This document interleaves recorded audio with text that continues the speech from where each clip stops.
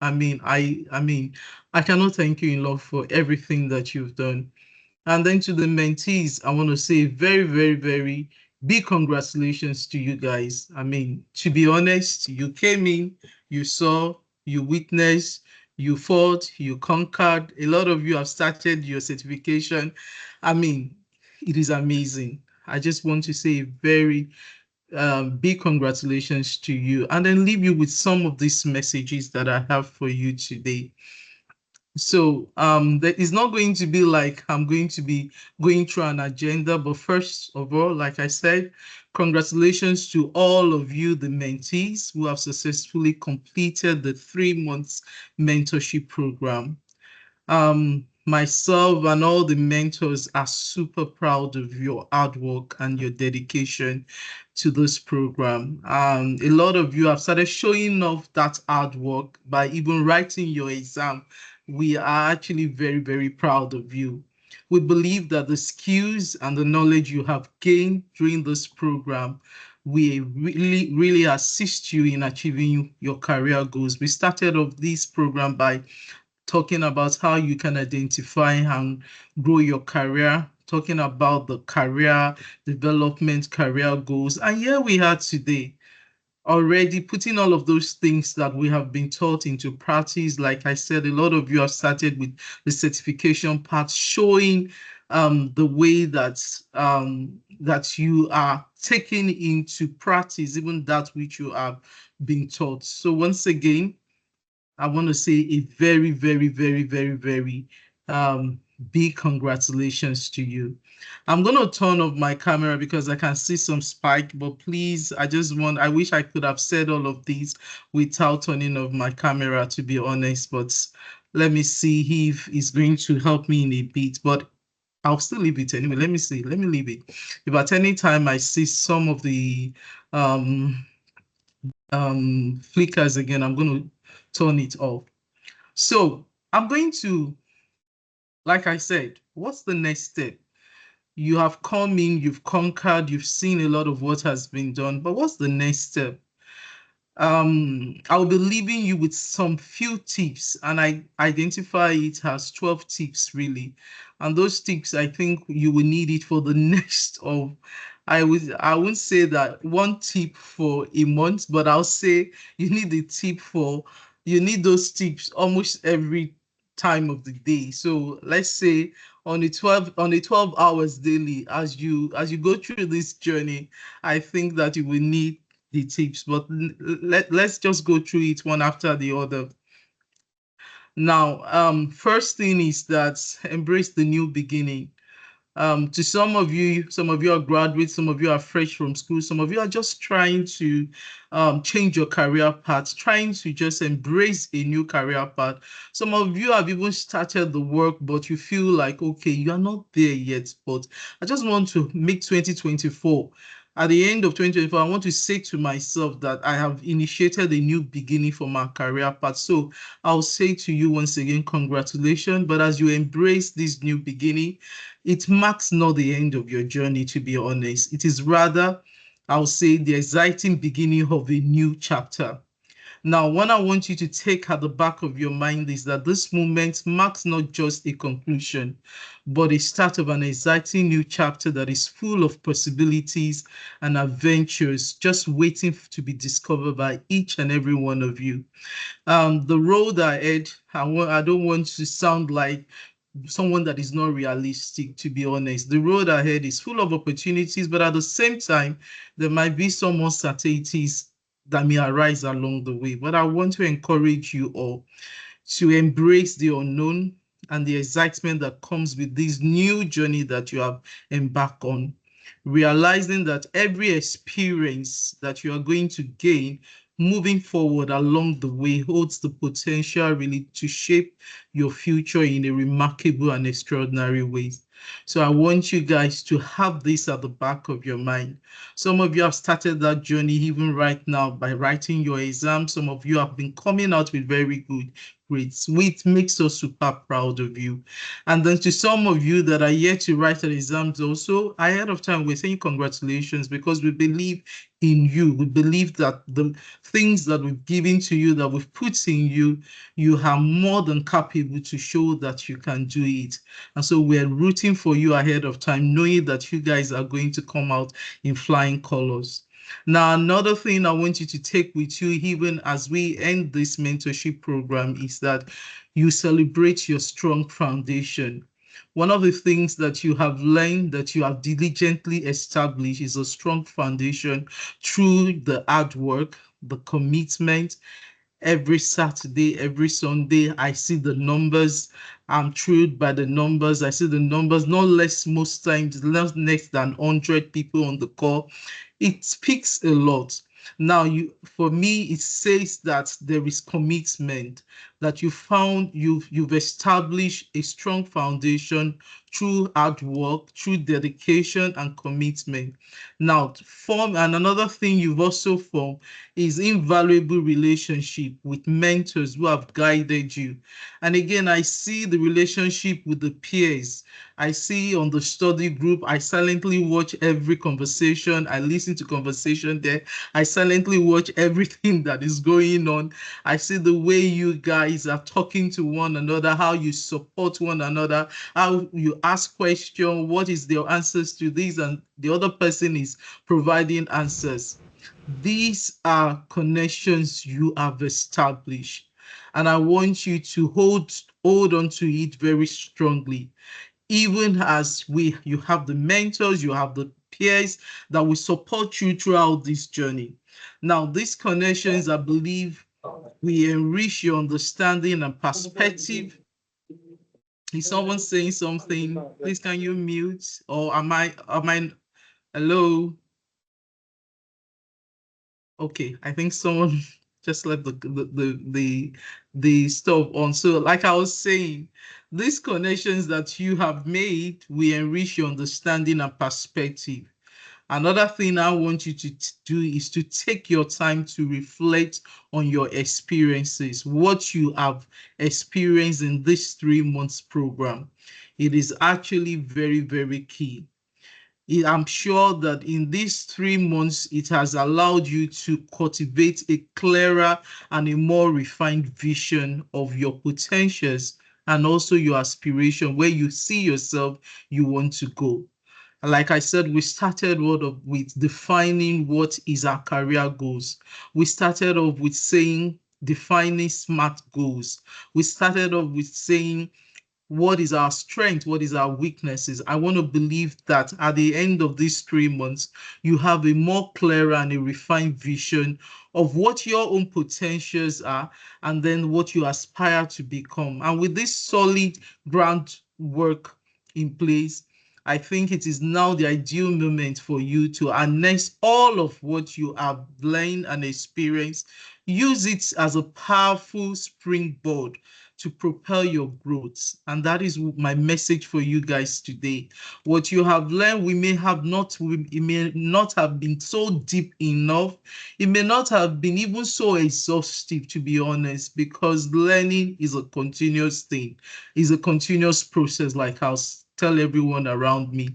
Learning is a continuous process. It might not have been so deep, or it might not have been that we have covered all the area, but I want to believe that this is like a powerful springboard to prepare your growth, for you to pursue new opportunities and also to challenge yourself with further um goals or further strength, even to develop your skills, and that will bring you closer to your goals, to your career goals, to be more specific.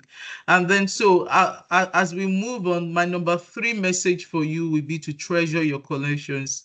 Now, I talk about how we have met mentors.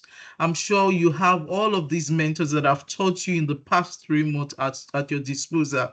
A lot of you have even reached out. I see some messages that you reach out to, and then I see some people giving you, guiding you along the way on how you can go forward in this career path.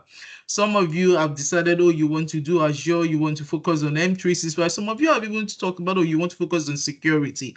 Whatever you have decided to do, please, it is very important. I'll tell you, treasure your connections. Your connections are your mentors. They are your peers. Cherish the relationship you have built with the mentors and peers. Please, can we mute everyone?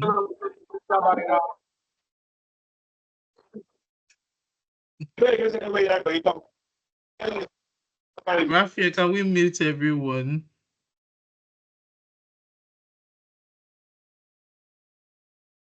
Okay, I think I want to do that myself. And then when it is time for you guys to talk, we'll allow you to talk. Because I think we're having a lot of people just coming in and breaking our flow. No problem about that. It's one of those things.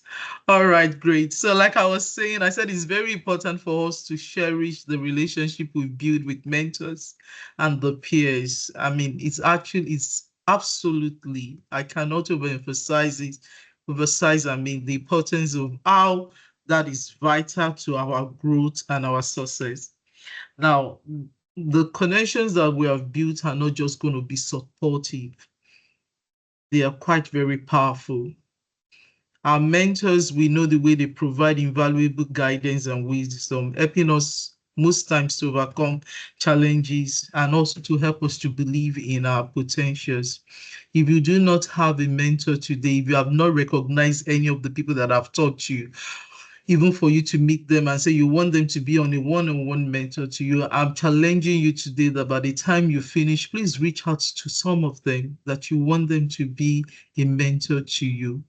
And to your peers, you know the way they are. I mean, like I said, I look at the study group, it's quite very interesting what I'm saying. The community is not about just people learning. Sometimes we form bond and then we become brothers, we become sisters in the community. I cannot tell you how much brothers and sisters and even sometimes children I have gotten in the community. It is what the community is all about. So even as you network with your peers and as they bring energy and they share experience with you, remember that this is only just to spark your creativity, also to spark that sense of collaboration in you, to remind you that you are not alone in your journey. So it means that you can always reach out to them and get strengthened even by the encouraging words they're going to give you. Embrace this relationship tightly. I want to dwell on this really. And the reason why I'm dwelling on it is because I am a product of grace, and I used to say of very, very meaningful and successful relationship. The people that I've been surrounded by are people that I have cherished that relationship, respected their relationship, and God has used them to bless me. So when you come across people in this community, even as you're ending this program today and we're saying we are drawing the curtains, do not draw the curtains on the relationship that you have formed with the mentors and your peers. Embrace those relationships. The truth about it is that they are your superhero team. That's the truth. I cannot do everything on the M365 alone. In fact, I tell to myself, I do very little. The main people that are doing a lot of the works are the Emmanuels, the Rafiah, the Sunday, I mean, Afeso, the Oyimafu, Titi, all of them, the mentors, the Timi, Olajide, all of them are the ones even doing the mail work.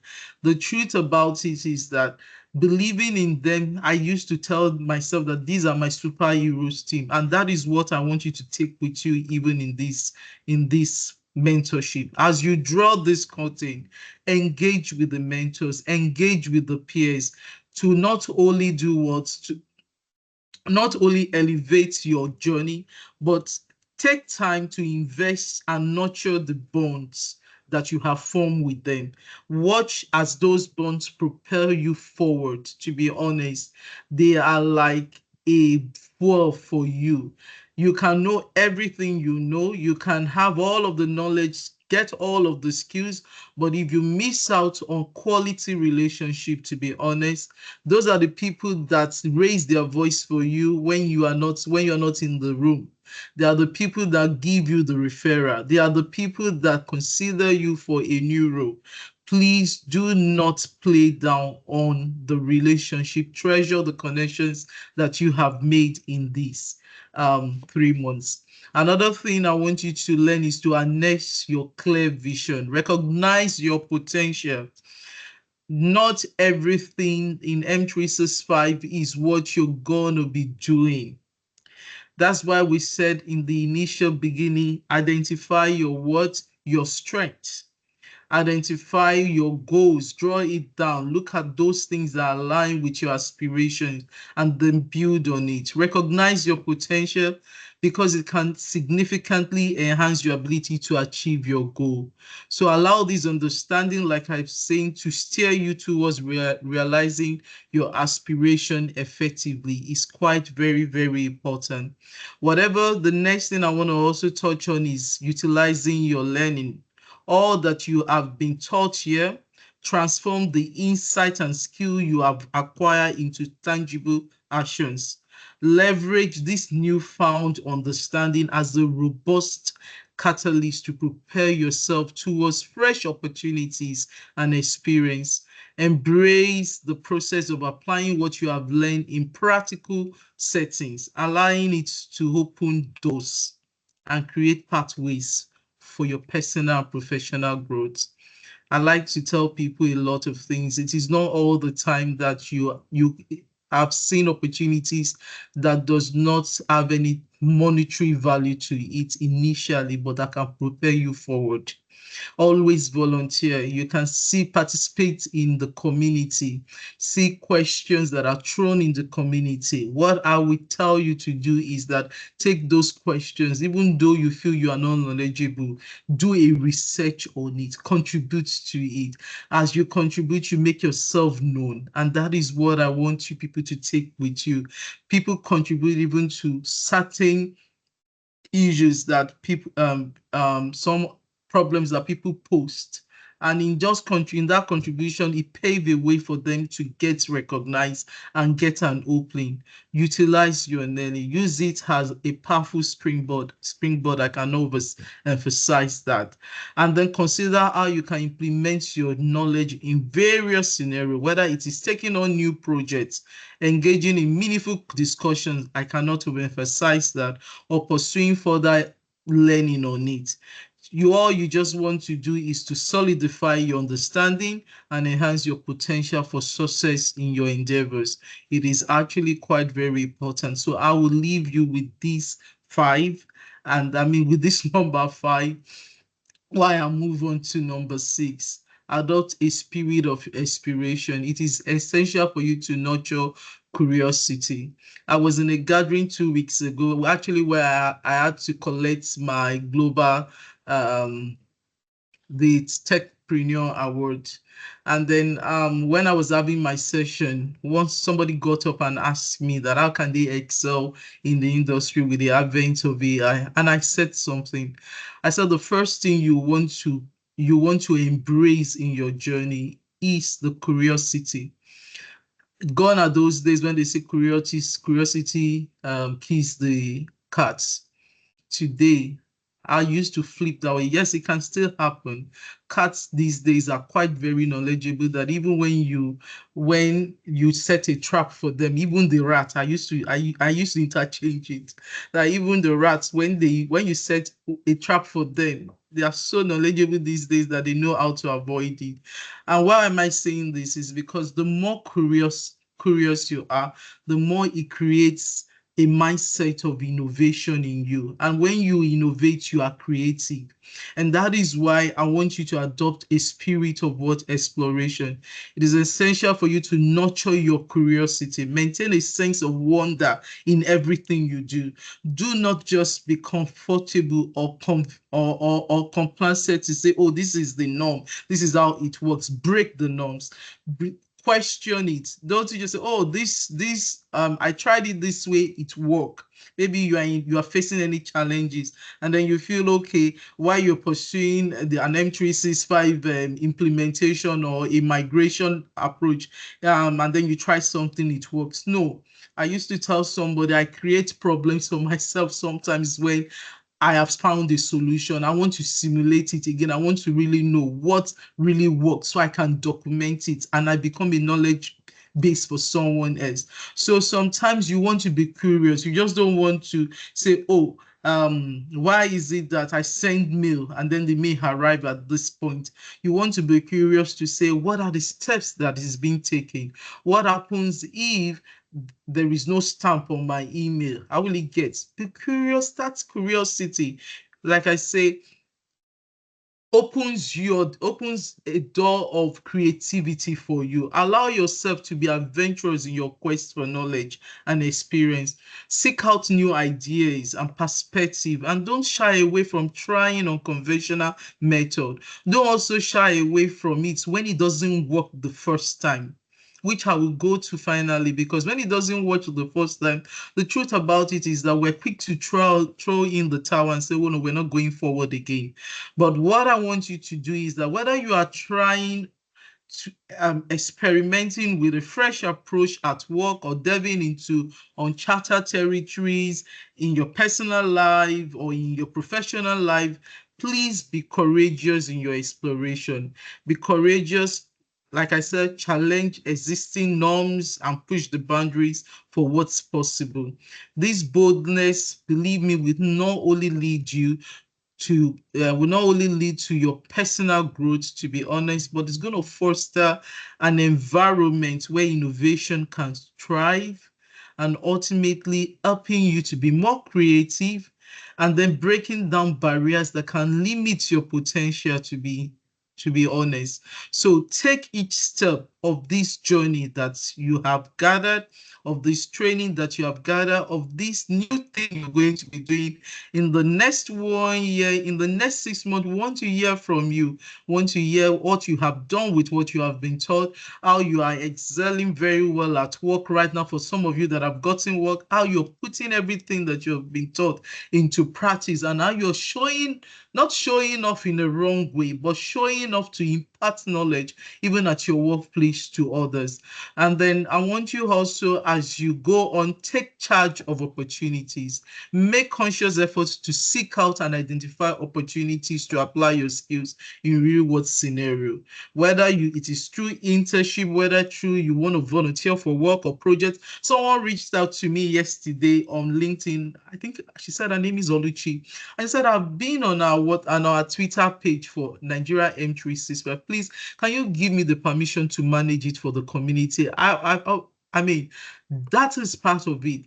I said one story when we started the internship program. I said a story. I said, you see, there was one lady in my office, and that lady, anytime there is time for project, sometimes, I mean, it wasn't that it was deliberate.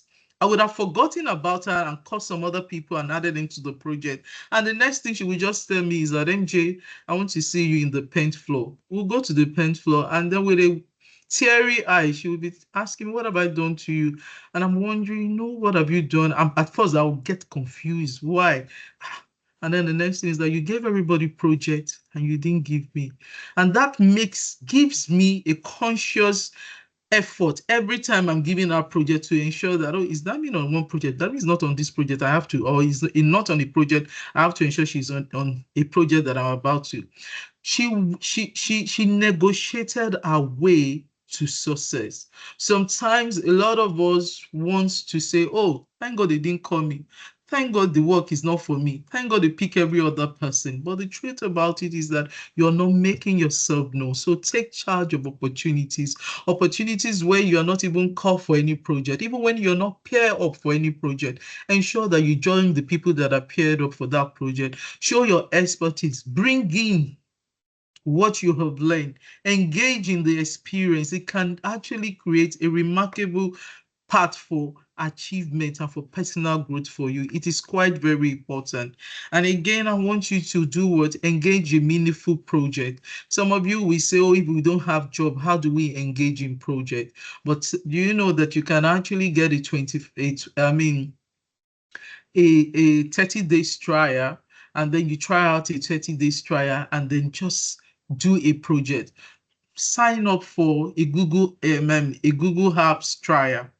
Sign up for an M365 trial, and then see how you can migrate from M365 to Google Apps. I know the next thing any of you will tell me is that, okay, what about the dollar and all of that? I know all of those challenges. I understand. But there are some of you that may not be a problem. They may not be a problem to you. For some of you that are, because I know this program cuts across not only Nigeria, but across also the Western countries, and some of you joined us. So make use of all of those opportunities. Sign up for a Google Hub, sign up for Microsoft 365. If you have someone that can help you do a trial, they're not going to deduct anything from their account. Sign up for it. Engage in it, seek out and participate in initiatives that resonates with your passion and values, whether it is local community services, whether it's anything about maybe you just want to you want to, you want to be involved in any projects and all of that, or any, it can even be like what I said. Oluchi asked me to ask of me, can I manage our M365 Twitter page? I know how to use Twitter, and then we can project ourselves very well. It's in this projecting of ourselves that even the Microsoft Learn community saw us, and I can tell you they gave us over 700 vouchers for both M365 community and textilers.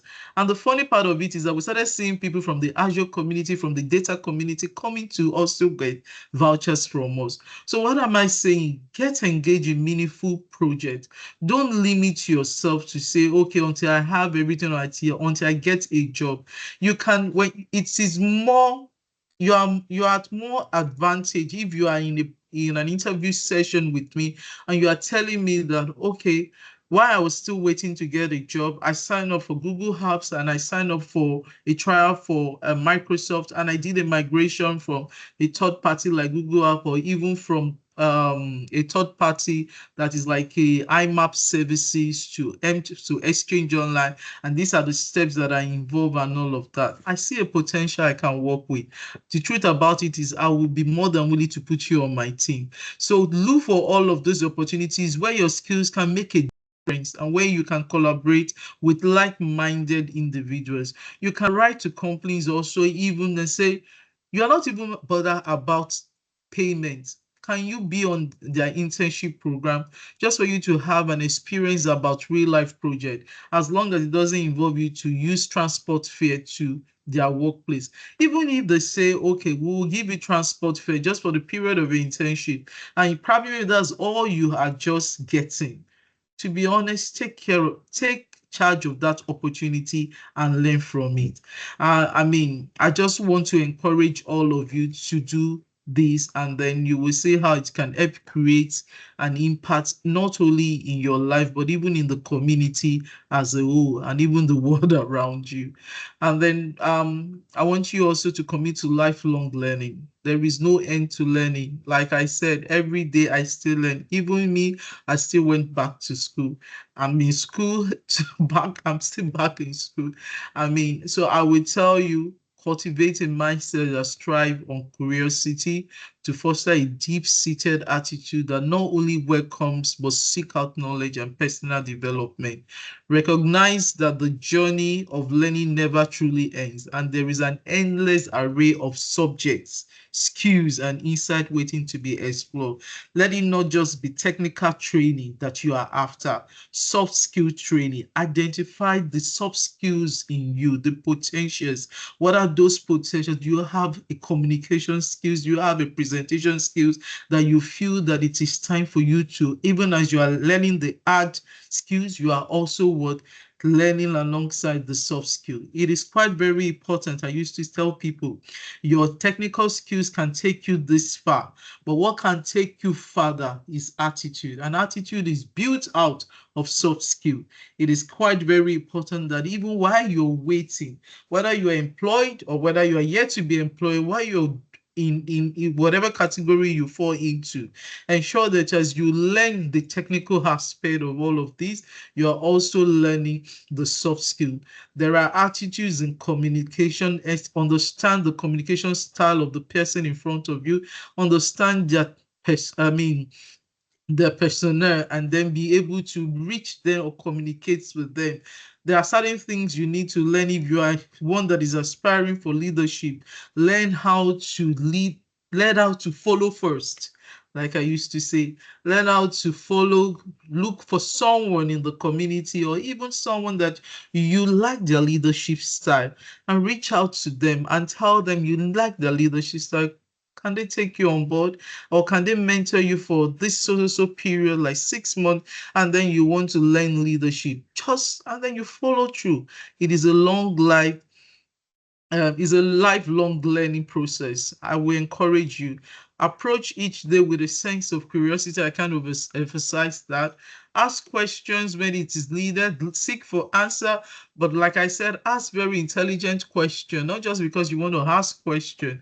Don't go around and be asking people question.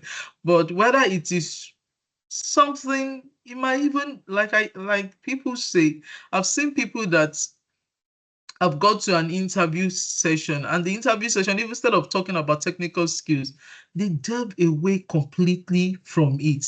One of the interviewers just started saying something on politics, and then just to test the intelligence, the thinking intelligence of, or the intelligence of that person they are interviewing.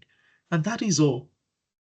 So sometimes it is how versatile you are in knowledge, all of that. Just don't think about, okay, oh, I need this is technical. I can't emphasize it. It's technical knowledge I need.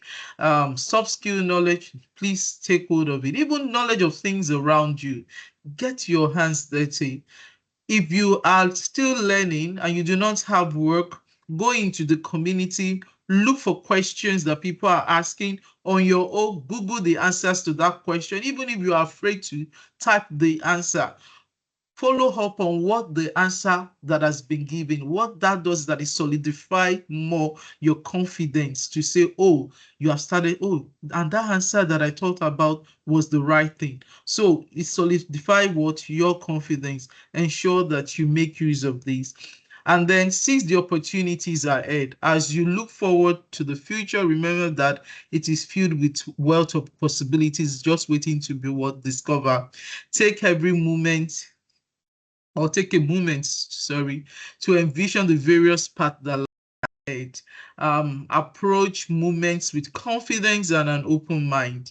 Be aware that every opportunity can lead to what a remarkable experience and a valuable lesson. So step forward boldly into the unknown. That's what I'm going to tell you. Seize every opportunity, apply for that job, sit in that interview session with confidence. Sometimes you may not even have. I interviewed two people recently, and then even though one of them does not know answer to the question, but you see, the confidence was intimidating. And why that person is considered even than the person that knows the answer. Both of them are considered, let me not lie to you, both of them are considered. But why the person that does not have so much knowledge, not that he's completely vague, but I would say that the other person that did well, that knows all the answer, does not have confidence. But you see, the person that doesn't know all the answer, he has a lot of confidence. And sometimes in a customer scenario, because you see where people complement each other. In a customer scenario, some customers, even when you don't know, I'm not saying that I'm encouraging people not to know answers, but I'm saying that some people, the confidence is even what made them listen to you, even if you are saying rubbish. I do not encourage people to say rubbish. I'm just giving that. But if I'm knowledgeable, whether you know, whether you are confident or not, I will size you out and know whether you're telling me the right thing. But I'm saying that sometimes the confidence that is needed, you start building it. You start building it even in all of these things as you engage in communities, as you speak, as you volunteer, as you tell yourself, oh, please, my study group, can I just talk? I've just learned something new. I want to show you how I have and how you can migrate from Google Apps to Microsoft 365. Or I've learned something new. I try to have you guys heard of Poville? I just want to share, the way you share ideas with people, and people ask stroke question back at you, even when you don't have that answer, it makes you go back to go and read. And that's one of the things that solidify your confidence. So seize every possibilities ahead, seize every opportunities, step forward confidently and make the most of every chance that comes your way. If someone is telling you, oh, can you be in this session with me, and then just there's a training session, I just want you to be an auxiliary trainer, just when people need answers, help, you just help them. You might not be the one teaching. Take opportunity, even if it is that all they want to give you is what? Transport money. You are doing what? You are piling up experiences that is going to be helpful for you in the future. And then I will say this: never forget to set your goals. This is what we started off beginning. And how do you set your goals? We said identify what was most important to you and determine how much effort you want to put to it. I cannot overemphasize this. Then transition into what I would say into tactics, what you need to make things happen and stay accountable. And finally, learn to form habit of your goals. Some of you have seen how you post on LinkedIn. It has become an habit now. In fact, I don't know if there is any week I don't seek to look out for any of you guys. At least some of you, I want to see your post you get. I want to see what new thing. There are certain posts I read and I learn from it. Please keep at it. Form this habit. If it is 30 minutes while you're driving to work, while you're being driven to work in a bus, open your phone. What I used to tell people, and I'll say it again, I think I told you guys also, um this phone, this thing they call mobile device, can be good to you and at the same time can be detrimental to you. But I was talking to one person the other day and I said, if you want to check WhatsApp messages, do you need data, yes or no? He said, yes, I need data. And then I said that, so it means you have to have data on your phone, that is, you have to buy data. And he said, yes. I said, how about you buying that data? And because I'm not saying at your leisure time you can't look at WhatsApp message, but I'll tell you there is time for everything. Why don't I use that same 30 minutes? I'll swipe through people's WhatsApp message that is not going to hurt. Sometimes some of them even post a long trail of status that it doesn't even have anything. You just be scrolling and scrolling. Why don't I use that 30 minutes when I know I'm the one buying the data just to go to Microsoft Lens? Some of the trainings are even just 5 minutes, 15 minutes. I'm still going to use the same data, but I've used that data to do something more productive to my time and my career or my life. So like I used to say, form habits, good habits of what is going to sustain your career growth. It is actually very important. I made mention of this and I'm making mention of it again. Also, do not forget, every time you always continue to define your SMART goals that are specific, measurable, achievable, reliable, and then they are time bound. It is also very important that as you go on, evaluate occasionally. I do that every six months. And my team, even when we're having our session, can we identify our SWOT? What was our weaknesses in in the last quarter? What was our strength in our last quarter that translated to wins? What are the opportunities that we have there that we miss? And then can we leverage it in this next quarter going forward? So make sure that the SMART goals and the SWOT analysis framework is what you put at your fingertip in your career. It is a long life, I mean, a lifelong approach to learning. Don't forget about it. It's quite very important. Now, I want to also say something. As you are transiting to this next phase, really, a lot of you will face imposter syndrome. I will tell you that I have faced it.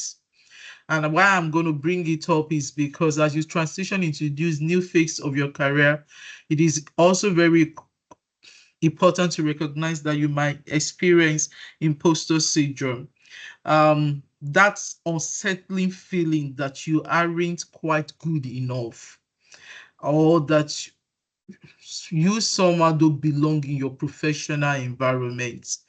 Some of you may even throw in the towel that that exam, I don't think I want to do it. Although I've seen on the chat, some people will say, I don't think I'm prepared for this exam. I just hope it is not a matter of imposter syndrome. It's just because you feel that you have some other things that are going to take your time. So you are not giving in to say, oh, I'm able to give my voucher to someone else. I see that. I don't want to jump into conclusion. I see, but what is important to me is that don't waste the voucher. So when I see someone else said I can use the voucher, I allow it pass. So please, always tackle that feeling that makes you feel that you are not good enough, or somehow you don't belong to the professional environment. This sensation, to be honest, is far more widespread than many people realize. I've faced it initially, but somehow I thank God that I'm surrounded my mentors, my people that can encourage me on time. I was talking in the Textile community yesterday, and I was saying that when you're choosing mentors, please define what you want from that mentor. And for me, my very first mentor was my pastor. So anytime when I started my career, I talked to him a lot. And incidentally, it was my father. He's my father also. So he's like someone that I talk to every time and everything. Even when I was going to school, one of the things he used to tell me is that go into the mirror, say look at what you've seen. And I was like, I see myself. Then you tell yourself what you want someone else to tell you. So don't wait for people outside to tell you what you need to hear yourself. So some of the things that helped me even during this time of imposter syndrome, when we are in a meeting, initially when I started my career as a female in tech, that feeling of inadequacy, that feeling of, oh, is that I'm the audience, what if my English fails me? What if I say the wrong thing and all of that? But I thank God ahead of time that it helped me. So that feeling of inadequacy, that feeling of I am not good, please, it affects individual across all fields and even level of experience. So when you experience it, don't think you are the only one. But what I've told people and what I've asked myself most time is to question that feeling of fear and that feeling of inadequacy. Or the most that is going to happen is that people are going to, I may be wrong and I may not be wrong, or people are going to look at me, or the most is that if I am wrong, I get corrected, like I used to say. So however it is, one of the things I want you to do is that whatever your feelings of inadequacy is, it does not define who you are or what your capabilities are. Take this at the back of your mind. You might just need an extra effort to be prepared for the occasion. You might just need an extra effort to study hard to pass. You might need an extra effort to ace that interview session. It doesn't now mean that you do not belong or you do not have the required skills.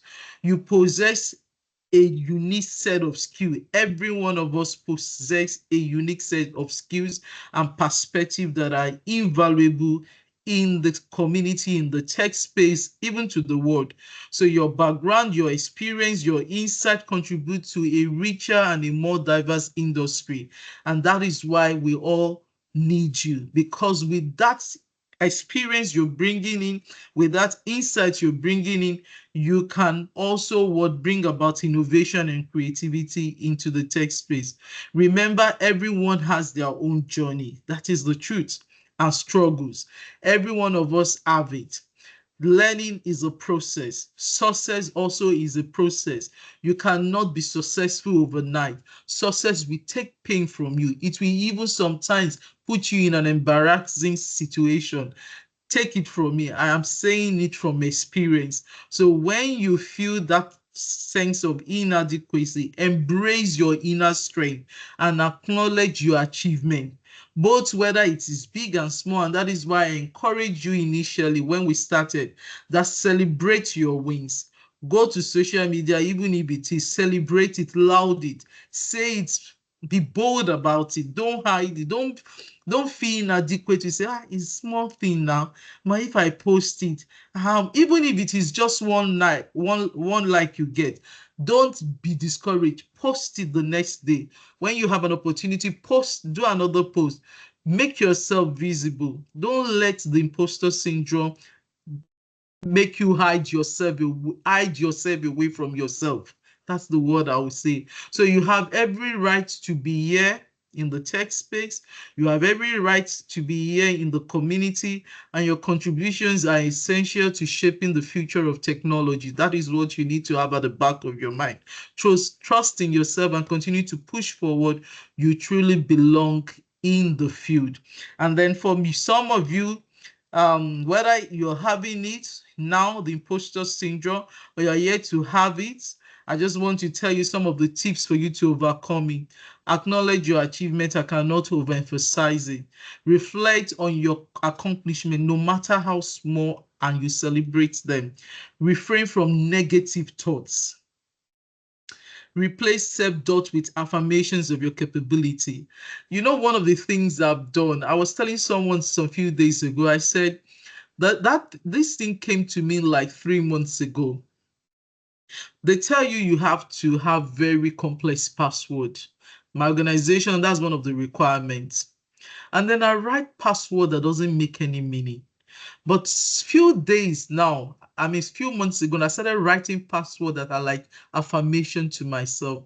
So I see myself, when each time my system log, there is an affirmation statement I'm making, because, excuse me, every time you're writing password, somehow, whether you think it deeply or not, even though it is not so loud, you verbalize it out.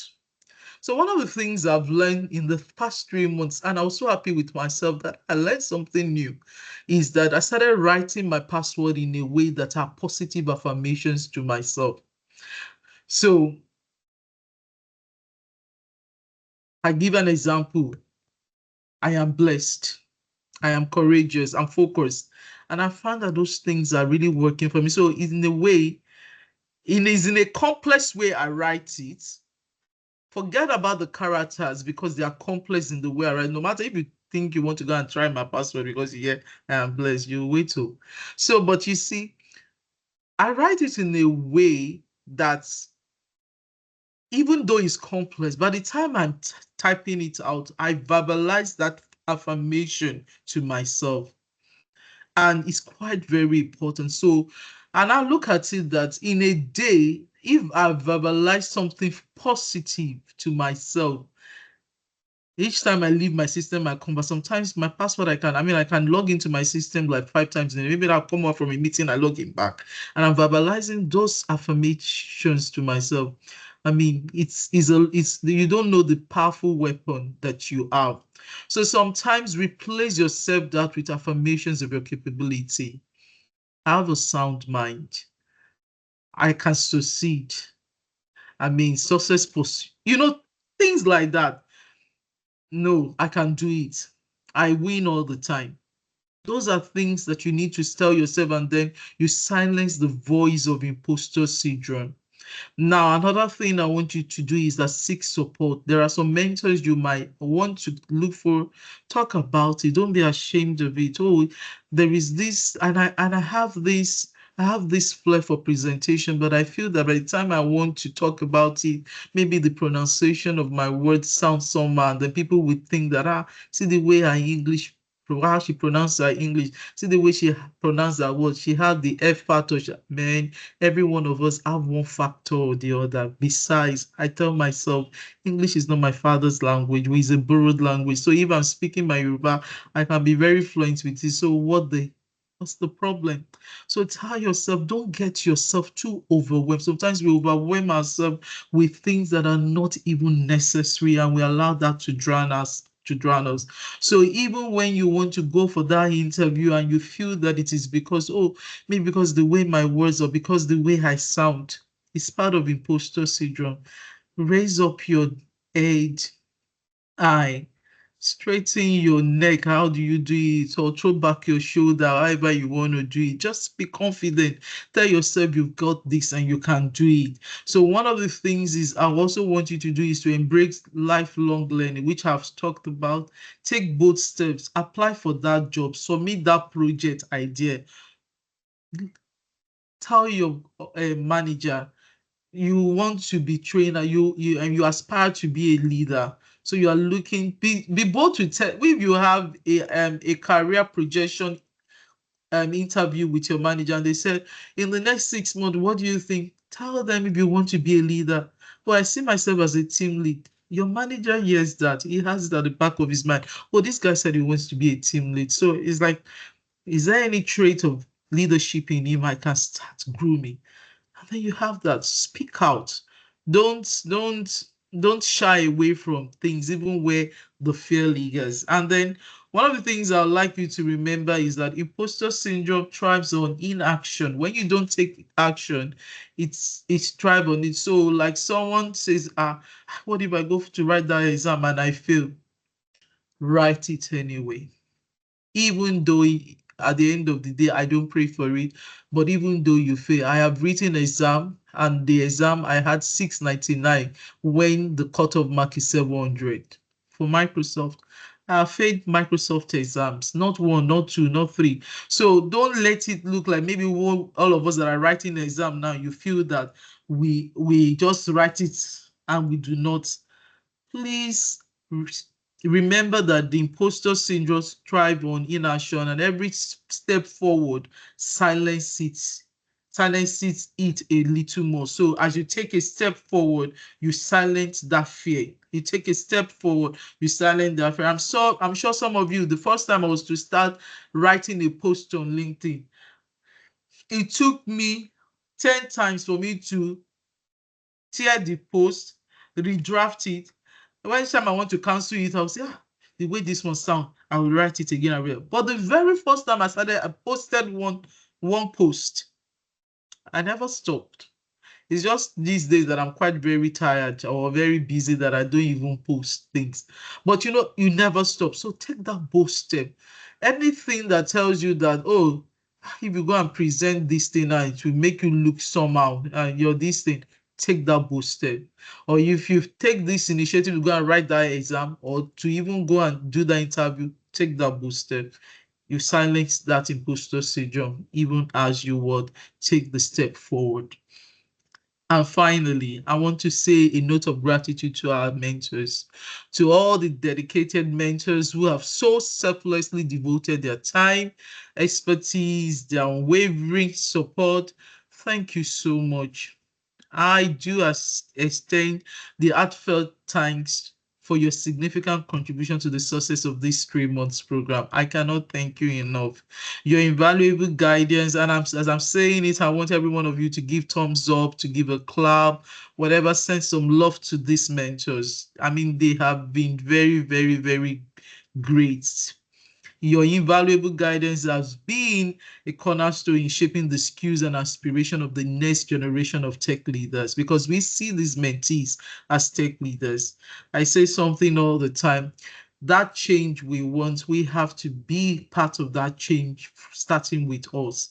And then when we say we want people to have experience, if we do not give them or create a platform where they can start building experience, why are we getting people for interview and asking them for 5 years experience even when we know they're just out of school? So I want to appreciate you for what you have done in the next generation of tech leaders. Thank you so much. The insights you have shared and the encouragement you have offered have inspired their participation and also instilled in them the confidence to navigate the challenges of the tech industry. I cannot overemphasize your impact of mentorship, which will continually resonate well even beyond these 3 months. Trust me, um, you have done in one way to influence their career and their lives as individuals. You have touched them in ways that you cannot only even begin to imagine. And the role that each and every one of you have played in their journey, I will cannot emphasize how essential, how important, and how not only me, but I'm sure each and every one of them are deeply grateful for your involvement in their career path. And as we draw the curtain to this session, I want to leave every one of you with this end of the year message. Um, thank you so much for everything that every one of you have done. Thank you also for showing up, you, the mentees. Thank you for the mentors for not giving up. And then as the year draws to a close, take a moment also to reflect on how far you have come, not just in this program, but in your personal and professional life. I'm talking to the mentees. Continue to set goals for the year ahead with confidence and let this program be the launch pad for an even brighter future. And to every one of us, both mentees and mentors alike, may the road ahead be filled with opportunities, with success, with growth. Keep inspiring, keep innovating, and keep making a difference. And finally, I want to employ every of you to watch out for the Asham Limited Graduate Internship Program. I would have brought it up today so that you guys can apply for it, because from early next year, they were going to be bringing out, I mean, we're going to be taking in new interns. But the thing is that there has to be a final touch from the HR. So watch out in the community. I'm sure in the Mentees community, I'm going to be posting it this week. Rafiah will be posting it so that you guys can apply for it. And by January, those that are selected can begin the mentorship program. And I can tell you the truth about it. The mentorship program for Hashem is quite very rich. You will learn practical aspect. You're not going to be grounded only on cloud knowledge, but you will have also the on-premise. Some of our biggest customers are on-premise. I mean, a combination of hybrid and hybrid, that is on-premise and cloud. So you have a rich knowledge of how to manage both the cloud infrastructure and then also the on-premise. And if you, I just want you to watch out for it. We'll be sharing it this week and then you can participate. Once again, I want to say a very big thank you to the mentors. I want to say a very big congratulations to you, the mentees, for taking out time, for being dedicated and staying true to this program. Thank you all. May God bless you all. May God continue to show you his favor. May God continue to guide you guys. May God continue to open doors of blessings for you. Uncommon favors will come your way. And then may you excel greatly in that which you have been taught. In the technology of the day, may you excel greatly. And then I pray that you will continue to find God's favor in everything that you do. Thank you all. I think at this stage, if you have any question or if you have any comment that you want to give, even to the mentors or even to me, or even you have any question, we'll be ready to take it. So over to you, Rafiah. It's been a long time. Hello, Yeah, thank you Rafiah. yeah, thank you so much, Ma, for that beautiful presentation. We really appreciate everything you do for the community. Yeah, for the prayers, we pray that God answers our prayers. God spares our lives till next year and many more years to come in good health and Amen. abundance of wealth. Yeah. So, yeah, this is an opportunity for you all to ask your questions. I'm going to unmute the mic, but please let's take it. Let's try to take it one. Okay, I think for those that have, I know if I unmute the mic, now everyone wants to talk at the same time. Yeah, No, you I already think they said have that their. once the mentorship program. I think they have Okay, the numbers according to how they raise their hand. So we use the numbers to call them. okay, that's fine then. Um, sure, we're going to share the LinkedIn contacts with you all in the WhatsApp group. I believe everyone here is in the WhatsApp group. Yeah, so the first person that's going to be asking his or her question now would be, do I say Amaka Roberts? Whose hands is No, up, it's please? Rashid. Rashid is number Rashid. one. There, yeah. Okay. Rashid, please, um, you can ask your question.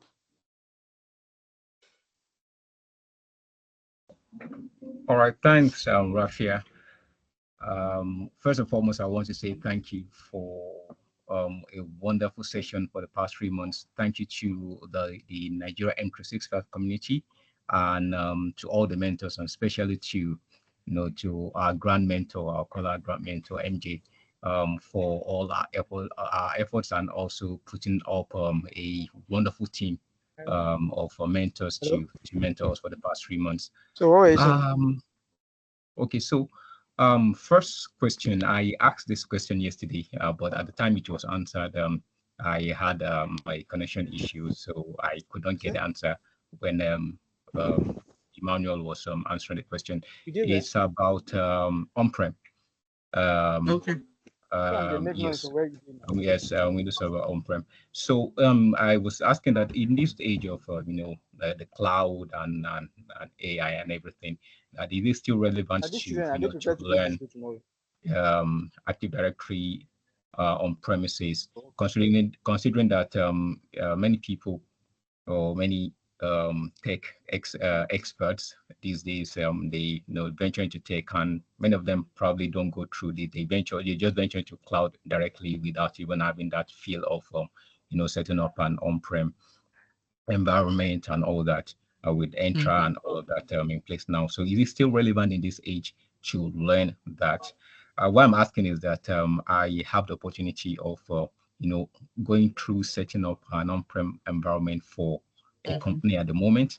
I'm having some issues. Mhm. What are the things to do? Whether it's still relevant.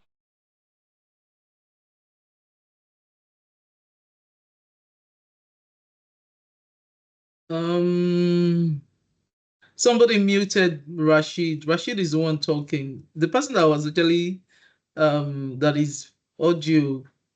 So can we unmute Rashid back? Oh, Rashid, can you unmute yourself and speak, please? Okay. Okay. Thanks. Okay. Yeah. I didn't have the option to unmute myself before, but I think. Okay. All right.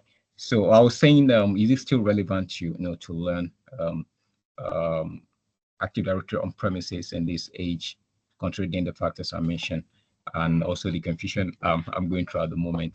Then, Mm-hmm. second question, just as an aside to that, for companies, there are some companies that are so enmeshed in the old ways of doing things, and for IT admins sometimes it's very very difficult to to get these companies to adopt a forward-looking approach, a Mm-hmm. futuristic approach to doing things.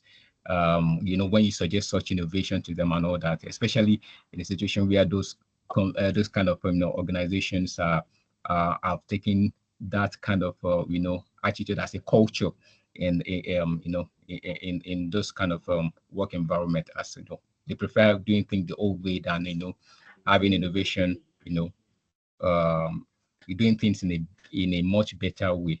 So how do how can you address this kind of situation when they arise? So I just need a little tip regarding that. Thank you so much once again for a wonderful mentorship session, and we look forward to to learning a whole lot more from the mentors, and hopefully we as the mentors we also use the opportunity to give back to the community and when the need arises. Thank you once again.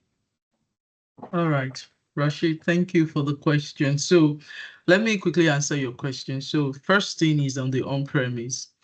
Now, is it still relevant? The answer is yes. And I'll tell you the reason. Even outside Nigeria, it's not Nigeria. I think when it even comes to the Western world, there is less adoption of cloud. I think we in the African countries even adopt cloud faster than them. I will tell you the truth. So when you see some from the Western world, they have this on-premise environment before, and then even when they just want to move, a lot of them still feel comfortable having their identity solution on premise. And when I mean the identity solution, talks about their Active Directory, because that what gives them the identity. That's what is responsible for the identity management of any organization. Now, they still have it on premise. And then the only thing when it comes to using Microsoft Entra Connect is just for you to sync that identity part of it to Office 365 so that users can seamlessly use the same password instead of using two different passwords. Now, when you look at the olden days, so they are still very comfortable that they don't want to move the identity management to the cloud. And besides, there are some legacy applications that are also tied to some of those identity applications. So take example, a lot of our banks today still operate largely their on-premise environment. Productivity tools when it comes to emails is what they move to the cloud. The story is even completely different when you have the what they call it, the government sector. The government sector are still very skeptical to say, oh, the information that they have cannot go to the cloud and all of that because that is around their companies. I mean, the information of their citizen and all of that. When it's that is very confidential and is very, very sensitive information, so they don't want to take it to the to the cloud. So sometimes it's even very difficult to tell them that, okay, move productivity solution and still leave your identity solution on premise. At the most times they want to keep everything on premise. Those ones, so which takes me back to your second question, but I will, which I'm just delving, but I'm not delving yet into it. So is this still necessary you learn the on-premise environment? Absolutely yes. Now, I keep telling a lot of people that you see, the cloud approach, if it's a new business just coming up, if it is a new business just coming up that does not have an existing infrastructure, the cloud approach is okay for them. They can move to the cloud. Sometimes they also may come back and say, oh, maybe there is an application that is not cloud ready, and then they are building on premise, but they also need a way where they can have an identity management server to authenticate with. It might require them to build an AD environment on premise. But if you understand the requirements of the customer, so sometimes it's all about information gathering.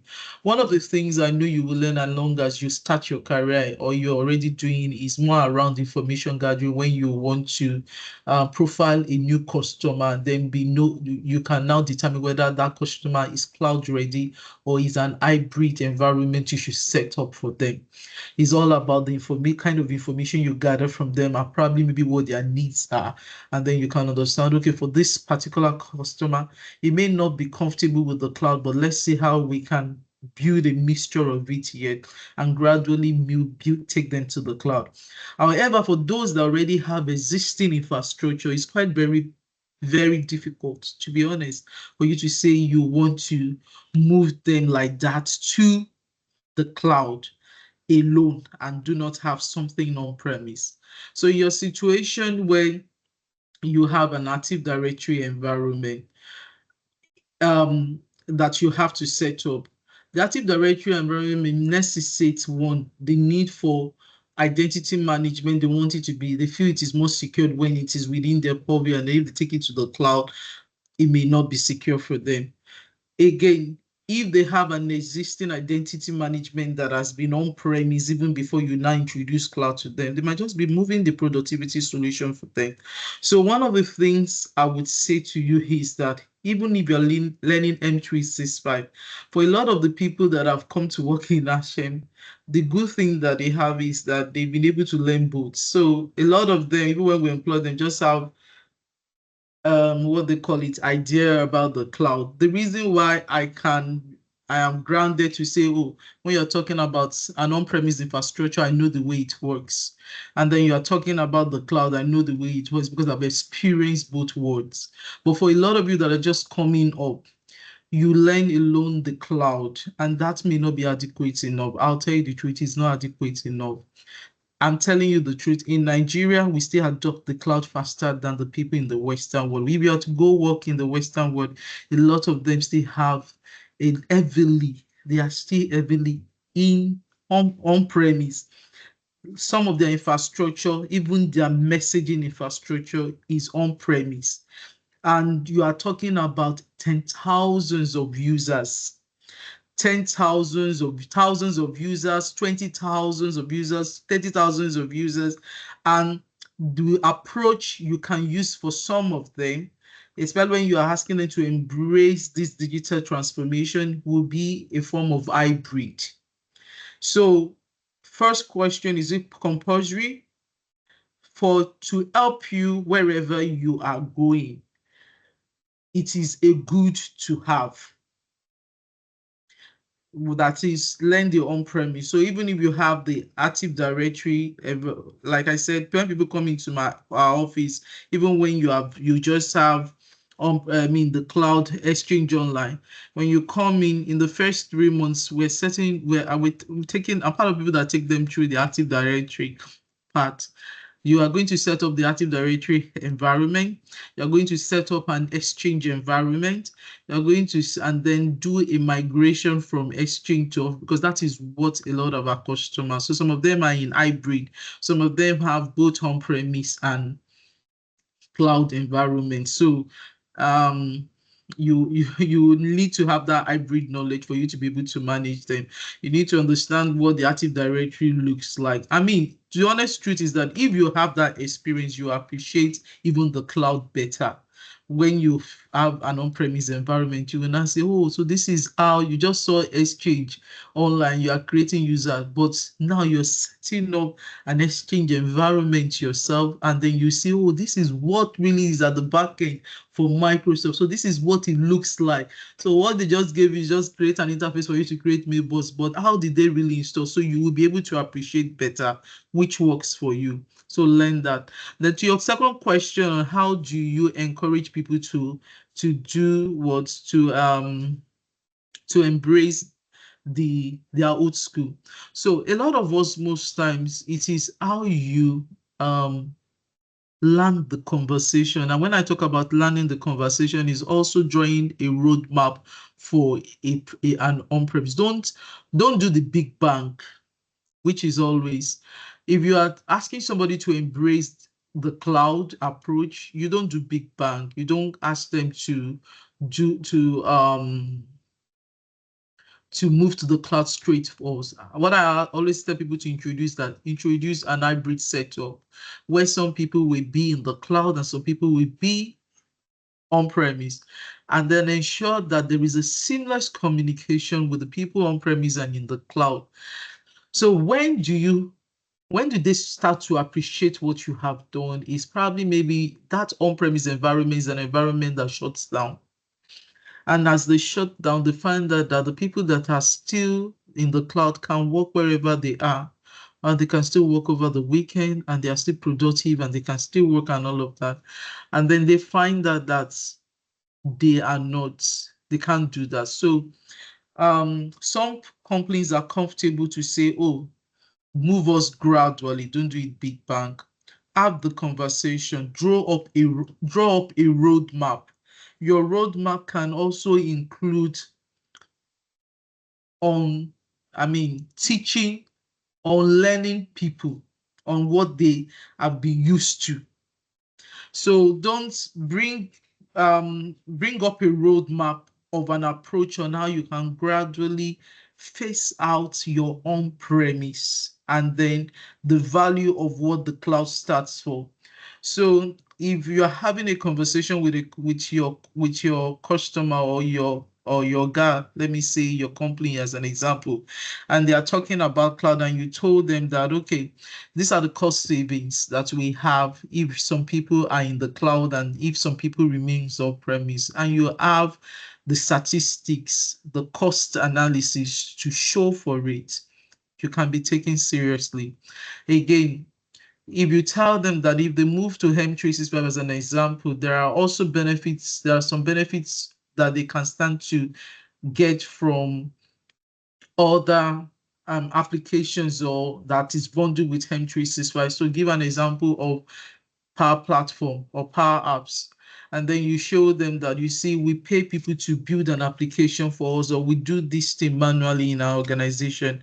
But do you know that if you have this app and you don't even need to, maybe you even just sign up for a 30 days and you build an app to say, okay, for a leave management app. Maybe you guys are filling up, things manually for leave or even expenses, and you come up with something like that. You can even have somebody that is a Power Platform person that knows that you have a friend to build that thing, and then you show them that, do you know that you will not be paying extra for it if you move to M365, that you already have that built in. You start showing them value. People hardly look away when they can see value and there is a cost saving in your proposal to them. But ensure that you have a roadmap that is defined. Ensure also you have an executive buy-in to whatever you're pitching. When from an executive level, they can't understand what you're pitching. And why will an executive understand it?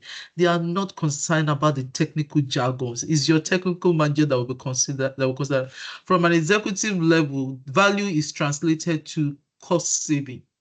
So if you're talking to someone from an executive level and you're talking about the cost they will be saving, that's what matters to them. They are not concerned whether it is the technical aspect. From a technical person, a technical manager will be looking at, okay, an administrative level to say, the overhead that they are cut, not the overhead, the reduction in overhead of administration. That's what, from an administrative level, a technical person will be concerned about that, to say, the effort that I'll be using to manage an on-premise and the cloud is quality, he will appreciate. So you pitch to each audience how the relevance of moving to the cloud will be to them. And then when you have gotten that executive, what they call it, that executive buying, you can now start drawing up a map. You can even tell your people in your IT department, or probably maybe some champions from either of the departments is who you say you want to onboard. Don't be in a hurry. You can simulate your experience in the next 30, in the next 3 months, in the next 4 months, in the next 6 months. Don't move. Your migration journey can even span to 1 year. What is important is that you want everybody on board to use the solution, not that you just want people to move it and then they start complaining. So sometimes adoption take time. So you have to be patient and draw up your roadmap. That's the truth. So that's the advice. I hope that works for you, Rashid. I hope that advice, so that I don't dwell Yeah, so much on it. But yeah, yeah. Thank you so so much. that I can, yeah, you're welcome. So I can answer some other people. I think number 2 is Paul. Okay, okay. Ojo has moved to wait. Oh, sorry. Wait, I'm looking at the Ojo has moved to number 1. Okay, Ojo, please, sorry. He's not Paul. Ojo, please go ahead. I actually okay. Okay, good evening, ma. Thank you very much for the opportunity. You're So, welcome. I didn't know I will still be active till this moment, but thanks to the mentors' approaches. So, my question is, as a person that really want to become a full stack developer, and I've started a Okay, year training on that, is there a way okay. of incorporating that to MS365? Because this program has really influenced my decision. Like, I'm seriously considering that I can flourish in M365 and still be active in developing. So, and Very, another, very, is very there important. Yeah, go ahead, please. is there any other way to get a voucher for intermediate and expert exam, or is it through the influence of this program that has made it possible for us to get the voucher? And the third Um, is that the current movement of GT to Finacle, can we categorize that movement from one cloud platform to another? So I want to know what really happening there with Finacle movement from GT. Thank you, ma. Okay, so for the last question, I'm not sure I am very knowledgeable in answering that question, to be honest. So, but I will take the first two questions. So the first question asked that for you, can you still be a developer for M365? Absolutely. So for M365, you can be a developer. Now, one of the things that Microsoft has made and exposed is the SDK for a lot of their solution. And then I'll tell you today, when Microsoft Teams came out, a lot of organization were approached to you can build solution on top of Microsoft Teams for organizations. So one of the things that we were that and APIs has been, yes, SDK and APIs have been, you have that exposed. So you even have an aspect of M365 that is M365 developers. They continue to build on top, that is, they code in real life, being exposed to that SDK and APIs, they code in real time on what Microsoft has built. So you can even build on Teams now, and on Microsoft Teams, you can build a solution on top of it that it's integrated on top of Teams. So let me help you more to understand what I'm talking about. So if you go to Microsoft Teams that you are using today, you will see a place where you go to, you will see apps. So all of those apps are actually applications that developers build on top of Teams. They build it to work on Teams. So what you need to do, the same thing with SharePoint. If you go to SharePoint store, you will see it's the App Store.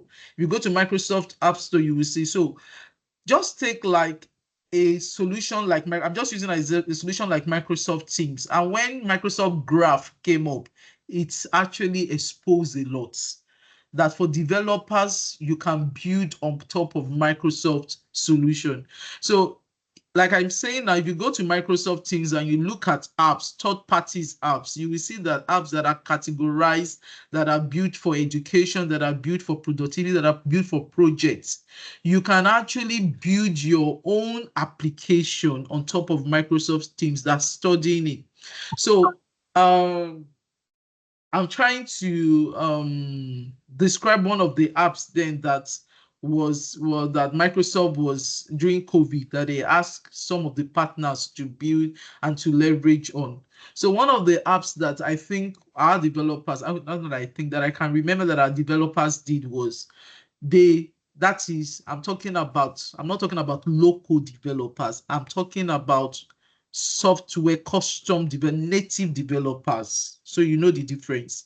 Local developers are the ones that build with Power Platform.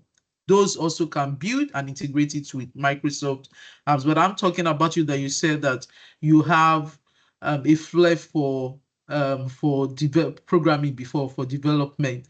So if you have knowledge on native programming, what you can do is that you can look at those SDK and look for solutions. So I'm going back to what I said our developers built then. Our developers built on Teams, how people that comes in can say, you can search for people and find them by their skills.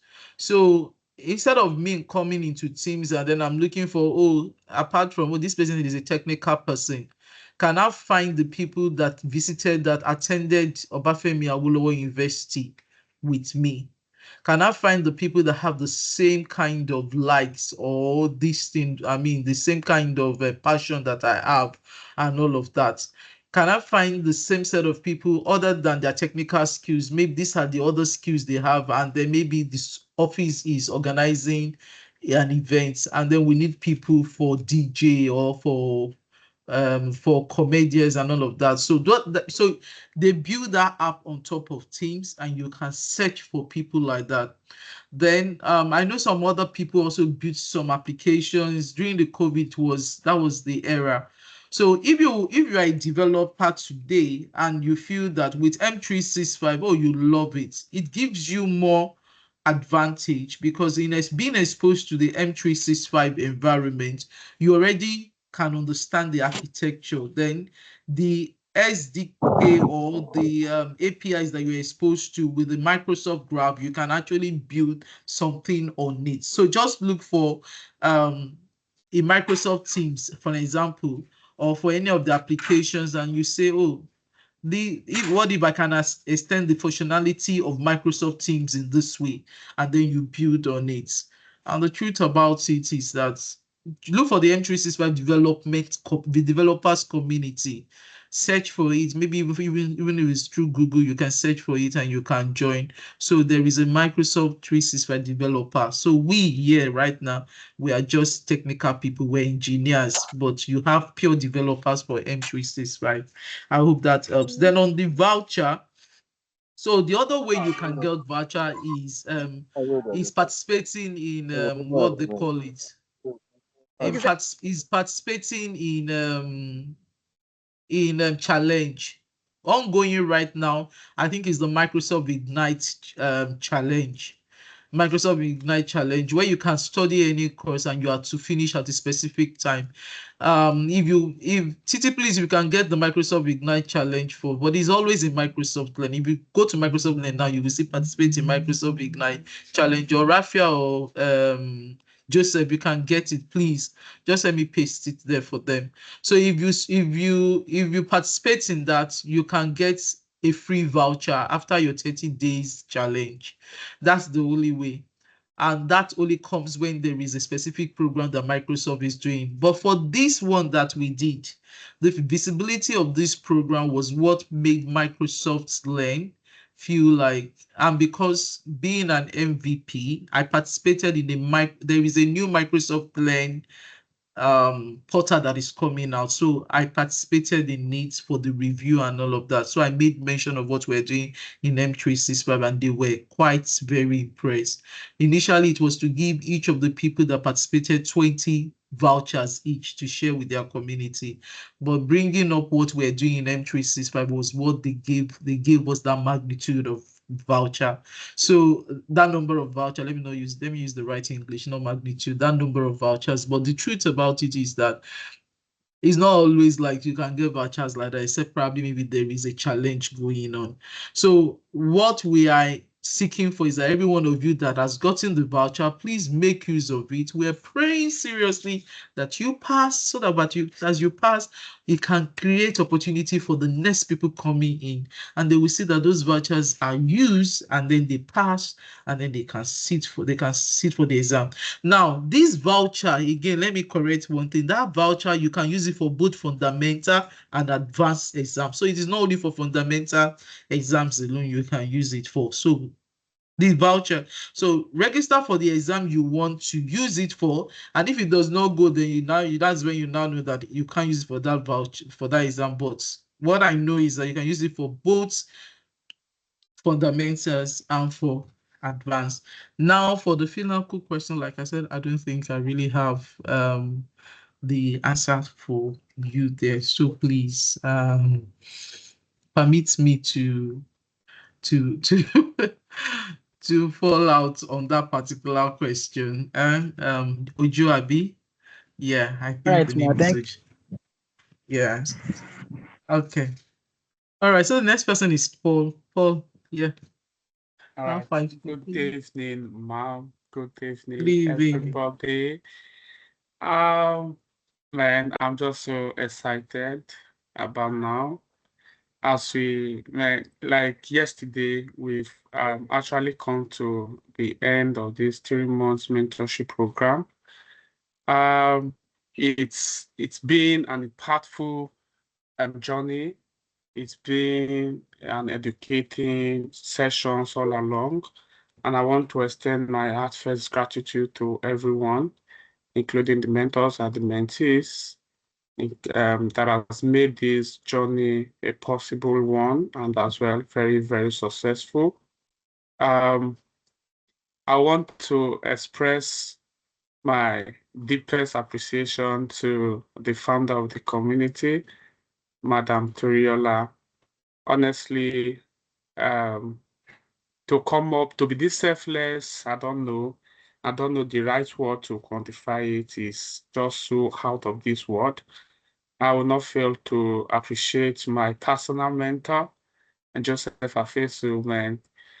For introducing me to this platform alone is a wow for me. You know, I'm still a core member. I remember sometimes early this year while I was looking for PPA, place of primary assignment. In the course of search, I was introduced to Emmanuel Oyimafu. Fortunately enough, Emmanuel Oyimafu, while in school, was a colleague and and a senior. It was almost a coincidence when his number was shared to me and he discovered, hey, this is my guy, you know. And we tried. Unfortunately, we couldn't get what we want, but I feel it's just a destiny. Our path crossed again. And here we are. I will be rounding up my NYC by the special grace of God in January. I don't know the specific days, but definitely January. And it's been a whole 1 year of learning, and I've never taken that for granted. Again and again, I will thank Joseph Afesu. He has really, really shined the light in my own path. I also want to thank Rafiah. Oh my God. From the beginning of this session, she ensured everything is done smoothly. She never got tired. She always found the right words to use. Oh my God, she's wonderful. Thank you very much. I remember reaching out to her. Thank you. I remember reaching out to you. In your words, I will permit me to quote you again. When I reached out about the voucher, then it was not disbursed yet, though I started studying and I took a picture I sent to her. Like, in a way, she was like, don't worry, Paul, I believe you'll be nominated. But then I would not mind getting you one, even if it takes her to, take money and buy the voucher from me, man. That was a big one for me, and it really motivated me to just keep on grinding. In the process of my studies, I was like, oh, I have somebody to make it up to. And Rafia was always on my mind, like, hey, I just have to make it. And I'm glad that at the end of it, I did it, and I give thanks to God. The Also, Madam Titilope Bello, oh my God, our first session. I think aside from the on-premises, the infrastructure that was taken by Emmanuel, Madam Titilope Bello came up with the introduction of the skills that I already have idea about, and she, expanded more of it. Yomi, Olajide, and very importantly, Itoje, Emmanuel. Oh my God. She's is always available online, responding to chats, providing answers, sharing opportunities, sharing links to learn a lot. My God, thank you very much. You're always by our side, and I pray that God too will be by your side. There are a lot of them that I saw their name on the flyers. I always tag them in my LinkedIn post. We've not gotten to meet you yet. Then I discovered yesterday that we will have this session again, which I'm looking forward to in the coming quarter. Hopefully, we'll meet you there again. We will meet you as our mentors directly there again, because I'm told that you will be introduced to us properly when we take the intermediate class, I guess. So as I said before, in the achievements of my AZ900 is a fundamental. Most of our mentors might have gotten this many years ago, like I mistakenly sent to the document for studies to one of our mentor as a guest mentee. And it was like, I've gotten this many years ago. Yes, I know. it should be, but it meant a lot to me. And there's by the help of this community, that today I can beat my chest and proudly say, hey, I am now a certified Microsoft certified AZ900, you know. So this opportunity to I want to let you all here know, especially our mentors, that we are holding a program in my hometown December, the same hometown where Oyimafu Emmanuel came from, and Joseph Afeso, who happens to be the lead. You see, we are doing big, but then if you with just a few numbers, it is our aim to go back home and pull number of them and groom them. Though I'm still learning, but I don't mind. It's a thing of joy for me to give out the little that I've learned in the process. I tend to learn more. So the program is Teach Me Cloud Computing coming up this December. And from our plan, we will be engaging some of the mentors here to help us carry out one or two duties in the program. And so the success that we have achieved together so far, I'm still looking forward to more in the future. Thank you very much. Cheers and long live to the Nigeria M365 community. Thank you, Thank and you thank you so again. much. Thank you so much, Paul. And it's so lovely to hear that. I mean, this is carrying on the pattern. I mean, lighting on the torch of greatness. I'm super proud of all of you that are going to do that. I mean, I remember also, let me not talk about Emmanuel here, but I mean, I'm so happy that Emmanuel, Oyimafu, all of you, your class. So I'm sure he would have told you a lot of stories. So yeah, but it's a great thing. I'm happy. This is all what we want. We want why, and I want you guys to think of this. Do you guys know that you are at a position of advantage? And why do I say that? A lot of the skill sets have gone out of the country. So it is you guys that are available to show yourself that you can fill up that space. Why organizations are looking for skills right now to fill up all of those space, please position yourself, and not just position yourself just like one. What we try to do here is not that when you go to look for work, like I used to say, I am a fast learner. No, that's fine. I can take a chance with a fast learner, but that has a potential that I can build on. So, but if you come to me and say, oh, I was part of this program, this and this and this and what I learned. And even if you cannot tell me in depth, but at least you can tell me the basic of what of M365. I know that's something I can build on. Now for me to say, oh, I just came out from school and all of that. And because I just came out from school, I don't have. There are a lot of opportunities for you. So I used to say that um the people that have Japa has given you guys that are left in Nigeria a lot of opportunity when you wake up to snatch it. Because the truth about it is that they've created job opportunities for you. So please make use of it. And thank you guys for going forward to to also teach those that are coming after.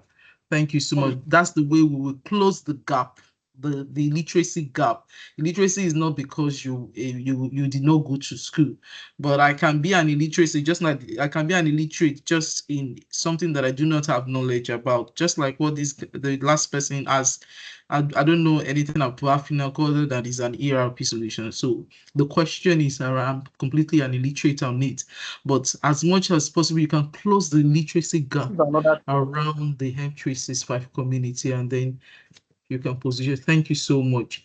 So I know we've taken a lot of time. Lawrence is the next person. Please, can you unmute and then let's hear your question, please.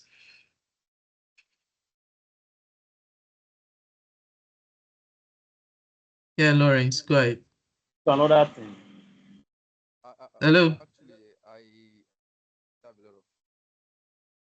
Lawrence, you're faint. Your voice is quite very faint. We can't hear you. You hear me now?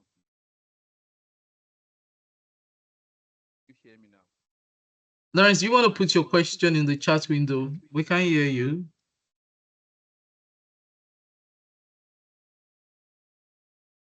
All right. So while we wait for Lawrence to fix that, I think the next person, let me see, is Adeyemi Belei. I hope I did not murder your name. Adeyemi, please can you unmute? Yeah, good evening, ma'am. Can you hear me?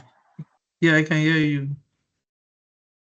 Okay, great. I want to say very good evening to everyone and appreciate the entire team for this amazing opportunity, I would say.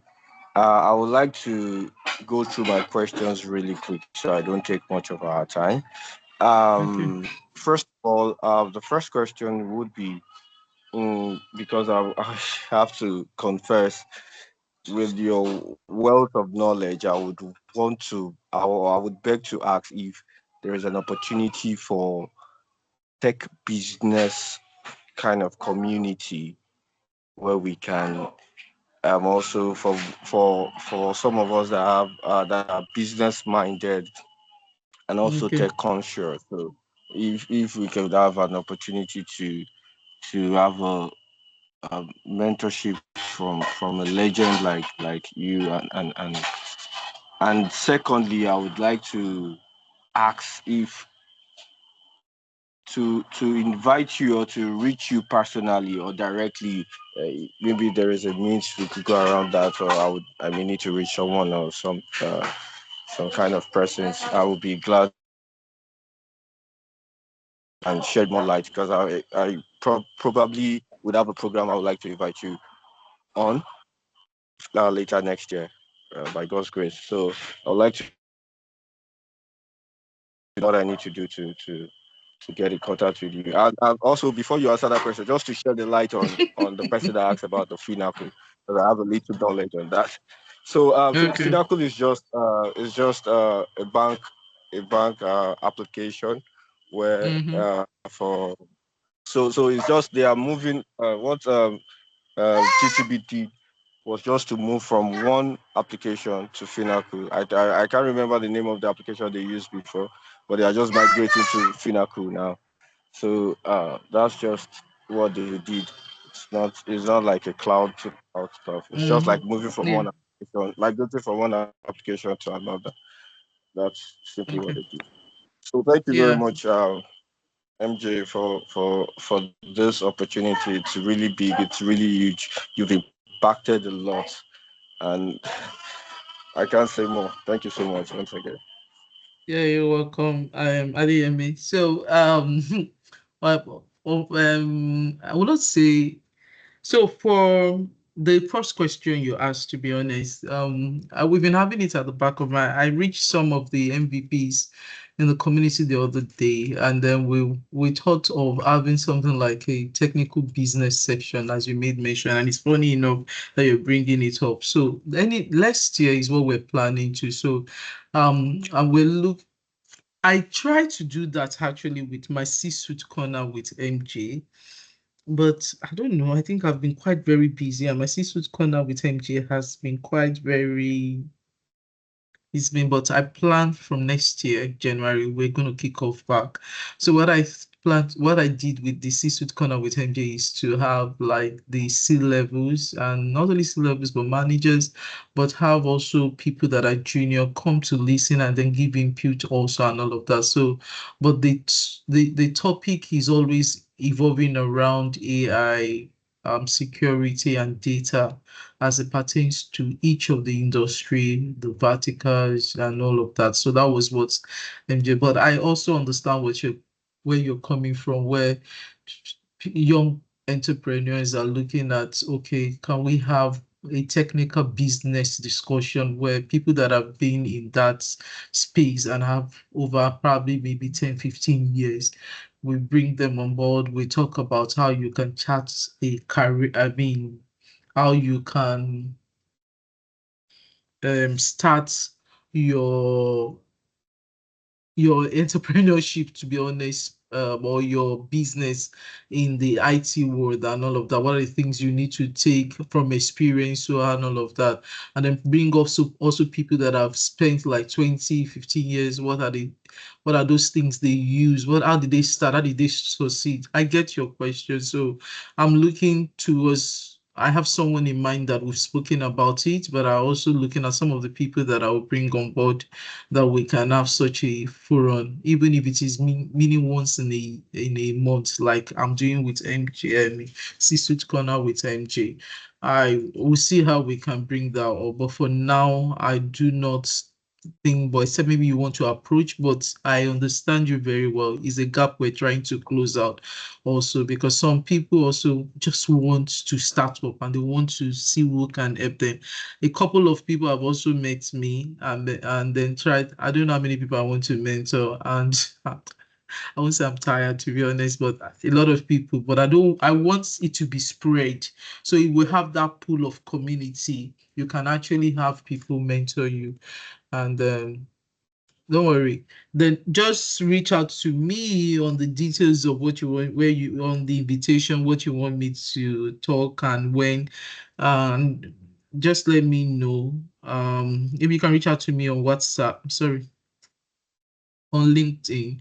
I think you can communicate with me on LinkedIn and all of that, so we can have this discussion. Yes, so I think that works for you. Yes. You hear me, Abi? I think these are the two questions you asked me, right? Yes, ma'am. Yes, ma'am. Thank you very All much. right. Yes, you're welcome. So again, for Joe, I don't want to talk about, even though I know what Finaco is, like I said, but I don't want to talk on GT Bank. They're my customer. So customer confidentiality, a lot of things I support them. So I don't, it's a question that I may not be able to say so much on. Do you get? All right. So, Elise Adeyemi, yes, I think we dealt with you, so you can lower your hand. Then Elizabeth, yeah, all those names are familiar to me on LinkedIn. Elizabeth, you can unmute.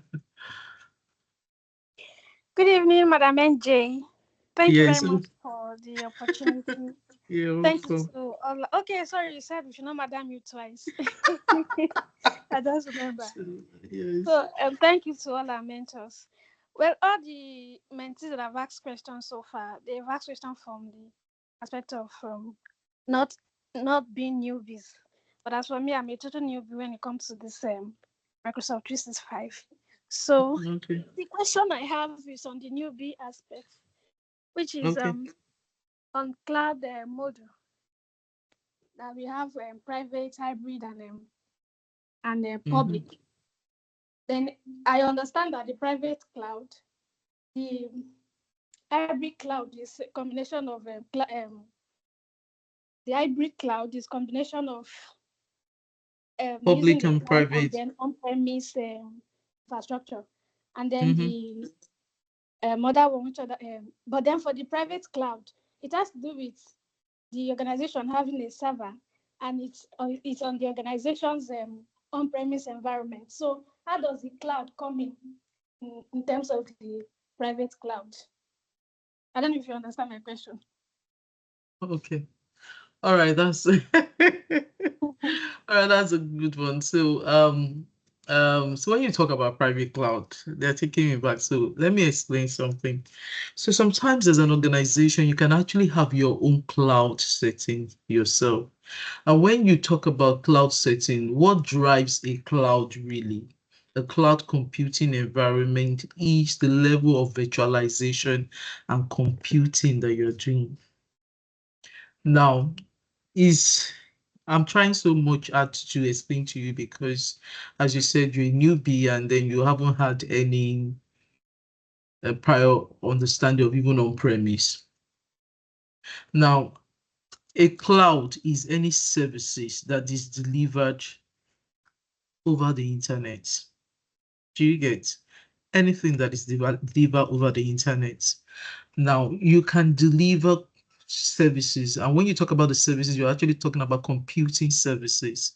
Computing services talks about the level of memory resources that you're delivering to that particular person or request, or even it can be people within your organization.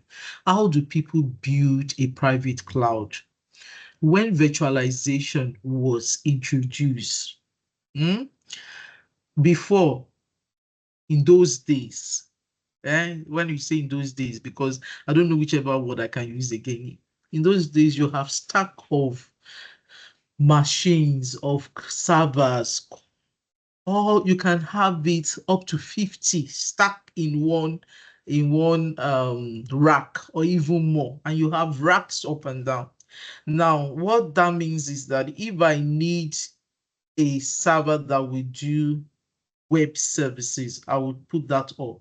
If I need a server that is for database, I'll put it up. If I need a server that is for identity management, I'll put that up. But as time goes on, you see that that takes a lot of space, because imagine I have a server for every workload. When I talk about workload, I'm talking about, oh, do I want the server to act as a database? Do I want it to act as a web server? You know what a web server is? That probably maybe for you to publish a website and all of that. So do I want to have all of that?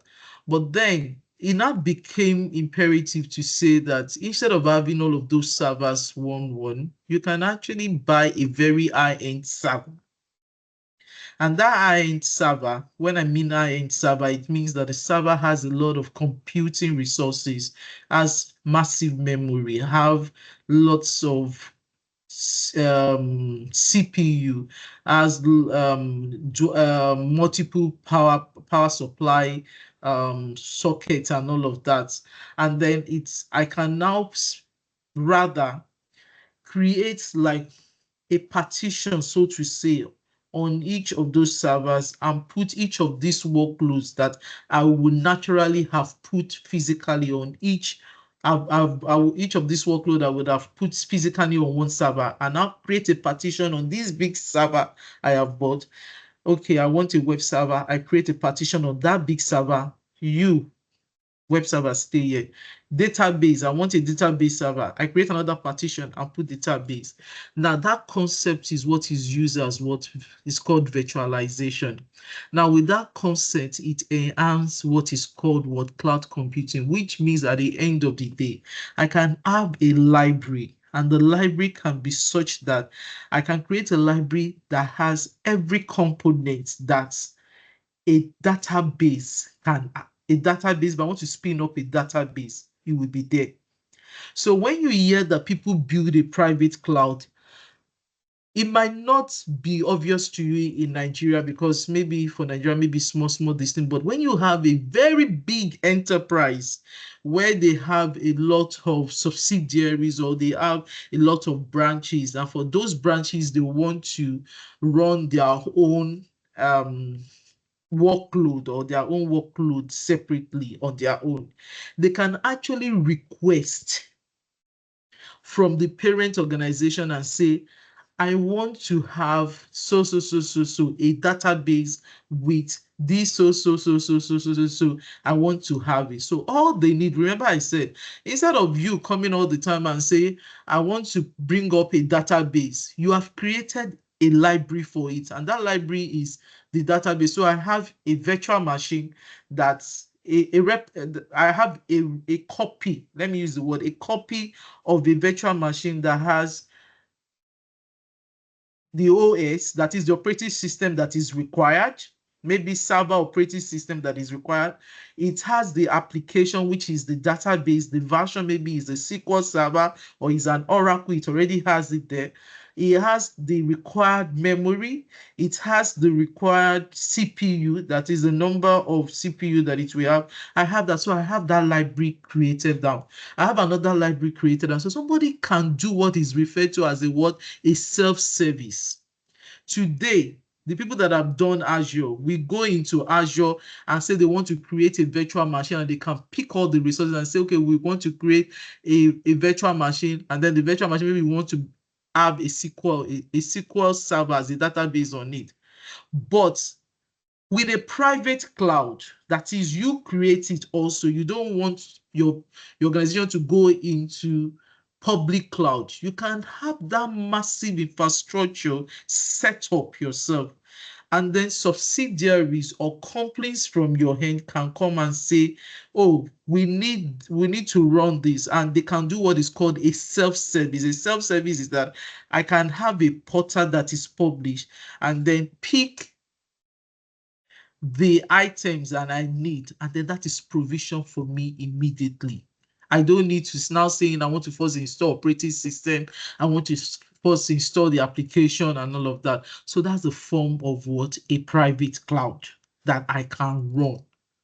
Now, because all of those things are delivered to me, the computing services in one way or the other, whether it is over the internet, that's what makes it a private cloud. Another thing that can happen is this: you can also run your private cloud to say, oh, the likes of May 1, or what's their name again? What's the name of the ones again? I think Raspix or even MTN. They have a massive data center. And then instead of you to worry about cooling, to worry about the racking, to worry about any other thing, you just carry yourself and go and put there. And then all you need is just maybe you take your hardware, or even sometimes they can provide you the hardware, and then you can continue to work there. So you can run your own private cloud because it's not directly on your on-premise environment or in your data center. You can also run your private cloud that it is on your data center, but it is where subsidiaries can now request for resources from you. I hope you understand, Elizabeth. So that's what makes, so on-premise environment can be pure on-premise environment where they can run virtualization, they can run compute virtualization, but anything that involves self-service that somebody can request for it over the internet and deliver computing services over the internet for them is mostly what you look at as cloud computing. And so you see that delivery of those services that is done over the internet. Even it can be private, but yet is delivered to your subsidiary, is delivered to them, and you have it in the massive. So you run 24 hours. You run it 24 hours. You do not, wherever the people are located, they can connect to it as long as you publish all the services. And then they can request those services for that. As I gave an example, for a database or for a web server, they can request for it over the internet because you have published it. So they can request for it like a self-service. I hope you understand. This for a lot of you who cannot appreciate this, for we that we have done on premise, that's why we can appreciate it, because we started up with that and we saw how it was before Azure came up. So that's why, that's the best I can explain, Elizabeth. But I can share some resources for you to understand better. Do you get? Thank you very Because of much, ma'am. time. Yeah. Thank you, I understand. Okay. All right. So Young is the next person. I just have Young. Okay, Young. good evening. Yeah. Yeah, good evening. Okay. Just want to appreciate you for putting all this together. I know that if we are to make payments for this thing, it's going to cost a lot of us money. Some people might even drop off because they can't afford it. But we are getting it. Yes, we are getting it free. So I don't have questions. I just want to say thank you. I know for you to have gathered all your resources for them to be trainers and to also mentor us, it's actually a lot. I see it as a lot. I've gone online to check what it costs to put this together, and I saw that it's a lot for 3 months. Just want to say thank you. I know you've impacted lives. A lot of people will come out from this program and also be a trainer in the nearest future, and we have their career path settled. It's a lot. I've considered this training to be one of the best things that has happened in this 2024 for a lot of people that are on this platform. So thank you so much for doing this. I want to encourage you also that if you have further opportunities you want to share with young Nigerians, please don't be discouraged. A lot of us are benefiting from this. Thank you so much. Thank you, Young. Thank you for those words. I mean, now everybody's coming on. Young, you woken them up. Okay, so please let's just take the last few questions, and then we appreciate every one of you for even showing up. It's more important because your showing up is what gives us that encouragement to go forward. And then this is what we also encourage ourselves by when we hear all of this, that you guys, we just want is that you guys should make it. That's the truth. We just want you guys to succeed and all of that. So don't yeah. Somto, Somto Chuku, Buna. I think you drop off. Don't if you want to speak, don't be. Yes, I'm here. I can hear you, ma'am. All right, So, Somto, yeah, go ahead. all right, thank you very much, MJ. I'm trying not to add Madam NJ. So thank as I said, I want to appreciate you for what you're doing with this community. I think before now, I enrolled with one course. They were actually charging us, as in I had to leave that course up until somebody introduced me to this community. I sincerely appreciate. And I also want to appreciate Rafiah. I messaged her a couple of times and I got adequate response. I want to appreciate her for her patience, and to all the mentees, I want to all the mentors, I want to appreciate them honestly. Okay, so my question is, you mentioned about internships for next year. But then I'm looking at a couple of people on this mentorship program will not be in Lagos, so to say. So how do we leverage on people who are not in Lagos to also do like a remote internship? If it's possible, I don't know. I think that's my, because somebody mentioned on-prem internship, which I know that most of the time on-prem should be physical, requires physical presence. So, but how do we leverage on people who are not in Lagos to also participate in this internship? Thank you very much, ma'am. That's a tough one, to be honest. I've gotten a lot of this question most times on how do we do it? How do we do it? So let me tell you the truth of how we do what we do in Hashem. For every staff that comes in has a $150 monthly of what they call it. So sometimes it's not necessary that they have to be on premise of Azure credits, because being a Microsoft partner, so we still have Azure credits we can give to our people, why they can build their lab on Azure. And then so he's always even now, to be honest, a lot of our work has gone we run an hybrid environment, so there is remotes, and I think the remote is even more than the hybrid. So than the physical. So sometimes maybe the physical, but the physical is for some people it might just be once in 1 week in a month, but for interns, I know for the first 6 months or for the first 3 months, they are supposed to come into the office to have that practical stuff. Sometimes maybe it's taking time for them to, because we don't give them laptop. And if the Azure credit is not enough, they might have to make use of the ones in the office. Sometimes I even enjoy to, if it is the Active Directory, take them remotely on that, But there is also soft skills, because there is also the importance of soft skills for them to learn things like presentation, problem solving. Yes, those ones can even be done. I do understand some of you. I don't know, but I don't want to promise anything. Let me not promise anything. Apply for it, bring this forward, and then let's see. Because I know there are staff also we have outside Lagos that are working with us, but those are not staff that are starting internship, get. So, but let's see.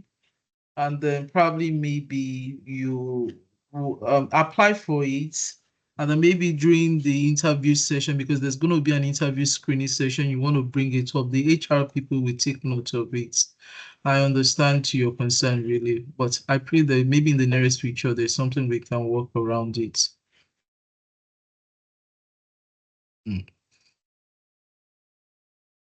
So I hope that works. Yeah. Yes, Michael, please.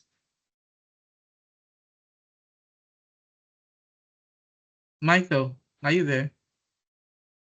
So I hope I answered your question. I hope that was all the question you wanted to ask. I think I did. I think that was the only question you asked. Yeah. And thank you for Yes, ma'am. appreciating That's us. Yeah. thank you, Michael, ma'am. please go ahead. Michael there. Okay, do I want to call Chibu now? Chibu now, please can you unmute and go ahead? Good evening, ma. Yes, good evening, Chibu now. Oh, Michael. Okay. Good evening, Michael. Yes, ma. First and foremost, I want to say congratulations for your exploit. Congratulations for bringing this program to the end today. And I also want to thank you for giving us the opportunity to learn, because some of us that are transitioning into tech, we are newbies into tech personally.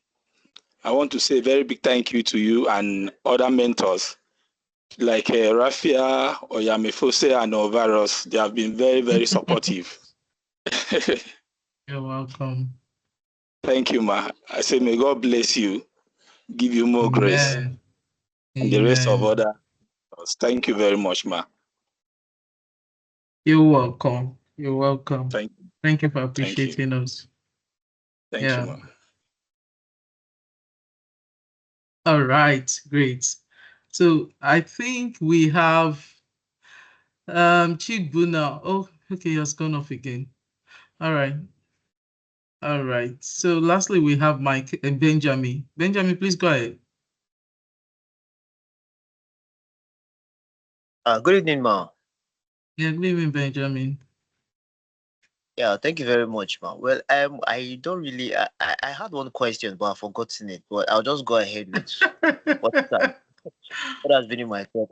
Let me tell you what I've my been, grandmother will usually say when you forget things. She will say, "Go outside and you come back in, then you will remember." I don't know whether that works. I'll try. Okay. Yeah, I just want to say a very big thank you to you, ma, and Rafiah, and every other speaker that has been and has engaged us for these 3 months. It has been, and for me that is trying to transition from engineering, core engineering that I am in now, to tech, and because I see the future when I look at my life and my interests, I see the future in tech in me and all of that. So this has actually been an eye opener for me. I've learned so much that has made me gone deeper into all this. So I just really want to say thank you to you, Ma, and for Rafia too, who have been disturbing on WhatsApp. She has been very helpful. It even helped me to even straighten out my CV and all of that. And Yeah.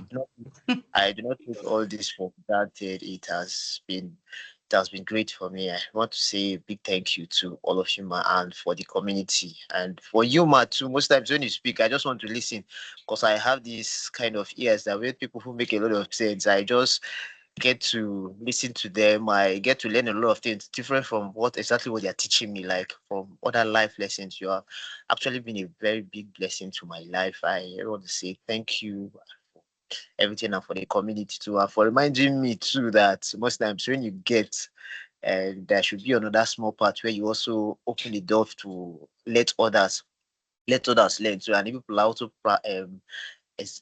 trying to practice this by teaching us the much you know and all that.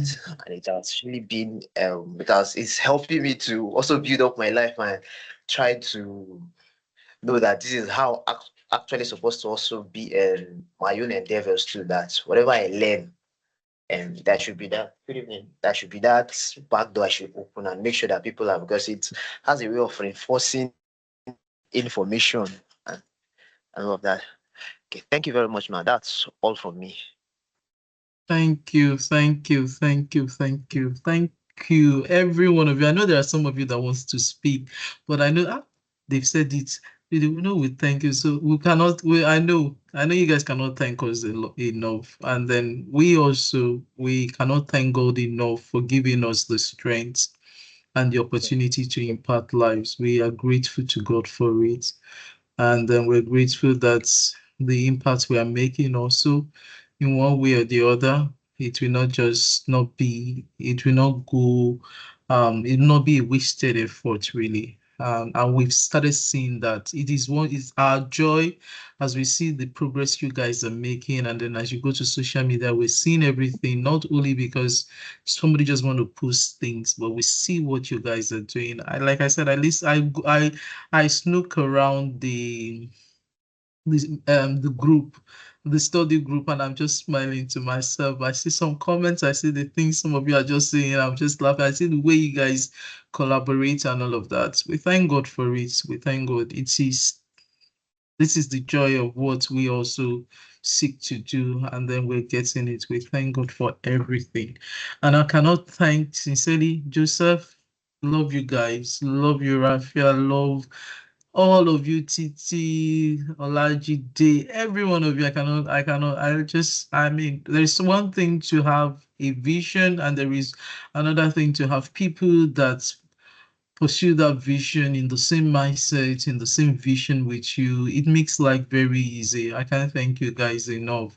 I pray that God will continue to bless you. You guys have been wonderful. Emmanuel, Timmy, Oyimafu, guys. Thank you, guys. Thank you. Thank you. We can only get better from here. I'm going to leave the floor right now. The truth about it is that, like my mother used to say, if this is talk that makes somebody's mouth long, my mouth should have been longer than this. I think I've spoken enough more. So I don't know whether Joseph has something, or Titi or Rafiah. So I'm going to hand over to you guys. Right. Thank you, everyone. God bless every one of you. Yeah. Rafiah. Are you Thank you still so there? much, Ma. Yeah, I'm still here. Yeah. Thank you so much, Ma, for your time. Yeah, sure. We can't thank you enough. We just the same way we thank you, we also congratulate the mentees and thank them too for their commitment, dedication, the time they for showing up all through, right? It's been a wonderful experience, a wonderful journey, and yeah, sure, we can't wait to have you guys next year. Yeah, offering the same, if not better, informative classes, educative classes, top notch, yeah, top-notch training to you guys. So I'm going to give the floor to Madam Titi, Joseph, other mentors to just give one or two before we round it up tonight. And yeah, thank you all so much for your time. We see all the messages, we see all the prayers. Thank you, thank you, thank you. We're going to be answering the rest of the questions on the WhatsApp group. So Joseph, Madam Titi, please, you have the floor. Just give us a rounding, maybe a bye-bye, your me. If there's any mentor here, please, we want to hear from you. Thank you all so much. We appreciate you, our Oh, mentors. that's Yes, thank you so much, thank Ma. you. Thank you, Rafiat, and every single person on the call, both the other mentors. You know, MJ have said a lot today, and we can all also, we also have you guys to thank, right? And we have God to thank, like she said, who gave us that strength. Rafiat especially, I know she was there for everybody. Thank you, Rafiat, for all the efforts. Yes, while you are attending to them, also here we have a few people that go through the textiler to come, for a series of questions as well. So thank you for being there for our people, for our mentees all the time. And it is actually great because if we couldn't have done it on our own. We had, like somebody said, yeah, a grand mentor. We had a grand mentor also to look up to, who is who is Madam Jimmy. If you look at your bosses in the industry and you see what they are doing, you have no choice but to just fall in love and follow suit, which is what we are also seeing from some of the people here. I'm glad to hear someone like Paul, was it Paul or somebody else that said they are also organizing some community, they are organizing some, events to help people in the remote, in the not village, I mean, in other states rather, where they are in their own local community. It's great to hear that the impact you are able to get here, you are also trying to see how you can impact other people. That is, that's how the chain go. As we learn, we are able to give back to the community as well. And that is what also enable us to be able to learn, unlearn, and relearn at the end of the day. So we thank you all also for always being there. When we look, even up to now, for some of of you are still on this call, to just get to the end of it, it says a whole lot to how hungry we are to learn, how hungry we are to contribute and be somebody and grow despite the challenges of the what's going on in the country. So it just shows a lot that whatever is going on, we don't want us to even deter us or to distract us from what we are trying to focus on. So thank you all very much. Thank you, Joseph, for always being there. Thank you, every single mentor.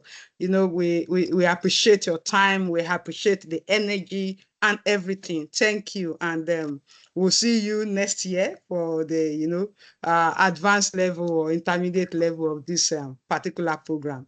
Thank you. Rafiah, over to you, or Joseph, if you are there. Thank you so much, Ma. Thank you. Really appreciate your contribution too. Yeah, Joseph, are you here? Emmanuel, Yomi, sorry, Timileni. Okay, I'm not sure.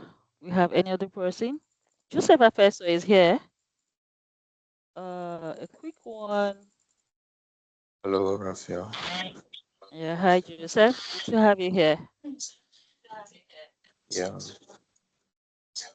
So I just want to myself appreciate everyone for the cooperation, and yeah, it is one thing to know something, it's another thing to have the mind to teach, and it's another mind to have students that want to learn. So for me, it's an opportunity for expose myself to people of different categories at the learning process. So it makes me feel good that yes, I have the opportunity to contribute to somebody's life, and looking at the results from LinkedIn, it actually makes me feel very, very good. So I'll feel better if I see those who were not tech people now hitting big roles in tech, and then this being like part of the conversations where we see testimonies of job offers and being shared on different platforms. So I wish you well. This is the I would say end of another beginning. For us, is an end to this wave. But by January or maybe by next year, I would say we'll be happy to again engage with you all. And we are still having our eyes on LinkedIn to see how much of other testimonies, how much of testimonies we can still see from all of you, especially in terms of your examination. So I will quickly tell you this before I mute myself, that success is very sweet, but you tend to learn from failures more than successes. So while you write your exams, we can't say for a fact that if you go and write that because you've passed through this program that you must pass. So there is tendency that you can fail. So don't hit yourself, don't bite yourself too hard if you fail. Because for example, you saw the testimony I shared within the past week about my experience with AZ104. It was really very, very, it was a very bad experience for me. But each time this happens, I just know that there's something that I'm looking for, and I have to do it until I got it. But I'll just tell you a very short story again. Sorry if I'm taking too much of your time. my MVP journey. So when I applied for Microsoft MVP in June, I got a rejection email. I didn't really feel good about it. I had left it already because I felt maybe I'm not up to somebody that should be given the award, perhaps based on my number of contributions or maybe my number of years of experience. But while I was in the bus going, I had a friend who had worked in Dell Technology as engineer for 22 years, 11 months. So and he was celebrating that he was nominated, right? And if somebody at this level is celebrating nomination, then that means I'm already something big to even get nomination in the first place, and it was rejection I got. So what I did in June was to grab the rejection email in my usual simple graphics design way, just brought out something, and then I wrote on LinkedIn to celebrate that failure, that hey, I'm very happy to have been nominated. You can go and check my post, and unfortunately I did not get it at this time, and I appreciate Microsoft for considering me at all for even these, all those kind of. So that things actually came up, it spiked some kind of reactions on LinkedIn. And before you know, the big guys were coming on that post to say, Joseph, we know you're contributing a lot to the community, that you are doing this, you did not get it at this time, does not mean that your contributions are not known, that one day we're going to do this, we're going to do this, all those kind of encouragements. Little did I know that those things were making significant impact on perhaps those who considered and rejected me. I'm just thinking it may not really be the case.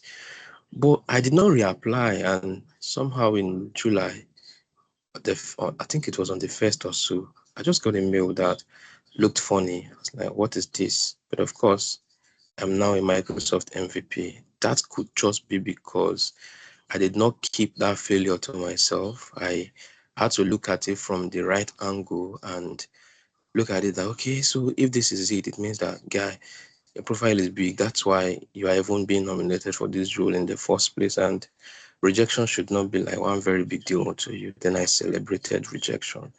And what did I see next? It was an acceptance to something that is really big and making difference in my career already. So why I'm saying this is because don't chicken out if you fail, right? So Itoje mentioned in a couple of his calls with me and even on public platforms that yes, he has over 20, maybe about 20 micro certifications right now, but he has failed more than he has passed. So he has 20 successes now, over 50 exams written. So that tells you a lot of things. So please, when you go out to write these exams, if eventually you did not make it, please don't bite yourself too hard. My AZ104, not 104, 900. I wrote the first one very close. I did not make it. I went for the second one, quite close. I still did not make it. But guess what? When I went for my third one, the same year, I got 970.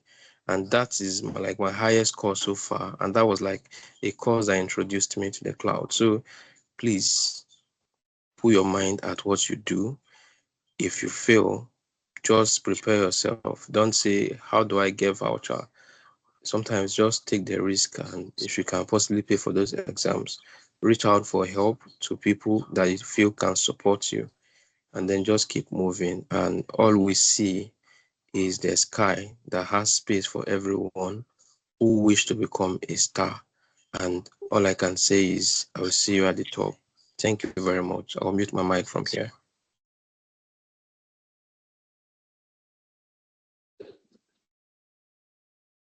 Yeah, that's a very beautiful one, Joseph. Thank you so much for that. Yeah. So irrespective, when I would say that when you fail, right, you should also don't be discouraged. I think failure to me is part of life. I used to say something about myself. I'm a very resilient person. I know how many times I've kind of lost I would say very, very, very, very lost things in a short period of time, and I'm just like, yeah. So don't get discouraged, right? Be resilient, keep going, keep learning. If you didn't get a voucher now, it doesn't mean you wouldn't get in the future. And just like Joseph said, if you attend virtual trainings, you have this 50% discount and you can pay off the remaining 50%. If you need guidance, I think an ongoing challenge now where you did also get 100% voucher, right? So the link would be shared. I think one has been shared already. Would also share that with you on the group, WhatsApp group, Telegram group. And yes, I don't know if there's any other mentee that want to give a final word. Let me just quickly check through before we call it a day tonight. Yes, we see all of you. We appreciate all of your time and we wish you success in all of your endeavors. Thank you all so much and do have a good night rest. Yes, I think the last thing I would like to say is about the internship. Madam Olajumoke has responded that this week, latest by Friday, the link should be out, right? So I'm taking that again. This week, latest by Friday, the Hashim graduate internship link should be available for everyone interested to apply. Thank you all so much once again. It's been a wonderful time with you. We appreciate your time. We appreciate everything. Wishing you success. Would I say Merry Christmas and Happy New Year in advance? Have a wonderful one. Bye for now. I think we should turn on our camera and then the people that can take pictures. I think we should take one last picture, really. Okay. So those that Okay. if you're here and you can turn on your camera, please turn on your camera and let's Yeah. have a picture. I think I don't know how that's going to be done. Who is going to take the picture? Yes, so go and In update fact, your even me. CV, optimize your LinkedIn profile, start Mm-hmm. preparing for interview because they'll ask you questions, right? Mm-hmm. Yeah. My camera is off. My camera is disabled. Oh yeah, Okay. cameras. Yeah, is it? Yeah, mine Yes, is disabled. same here Wait, too. let's turn everything on. I think we can do that. Okay, let me Um turn that on.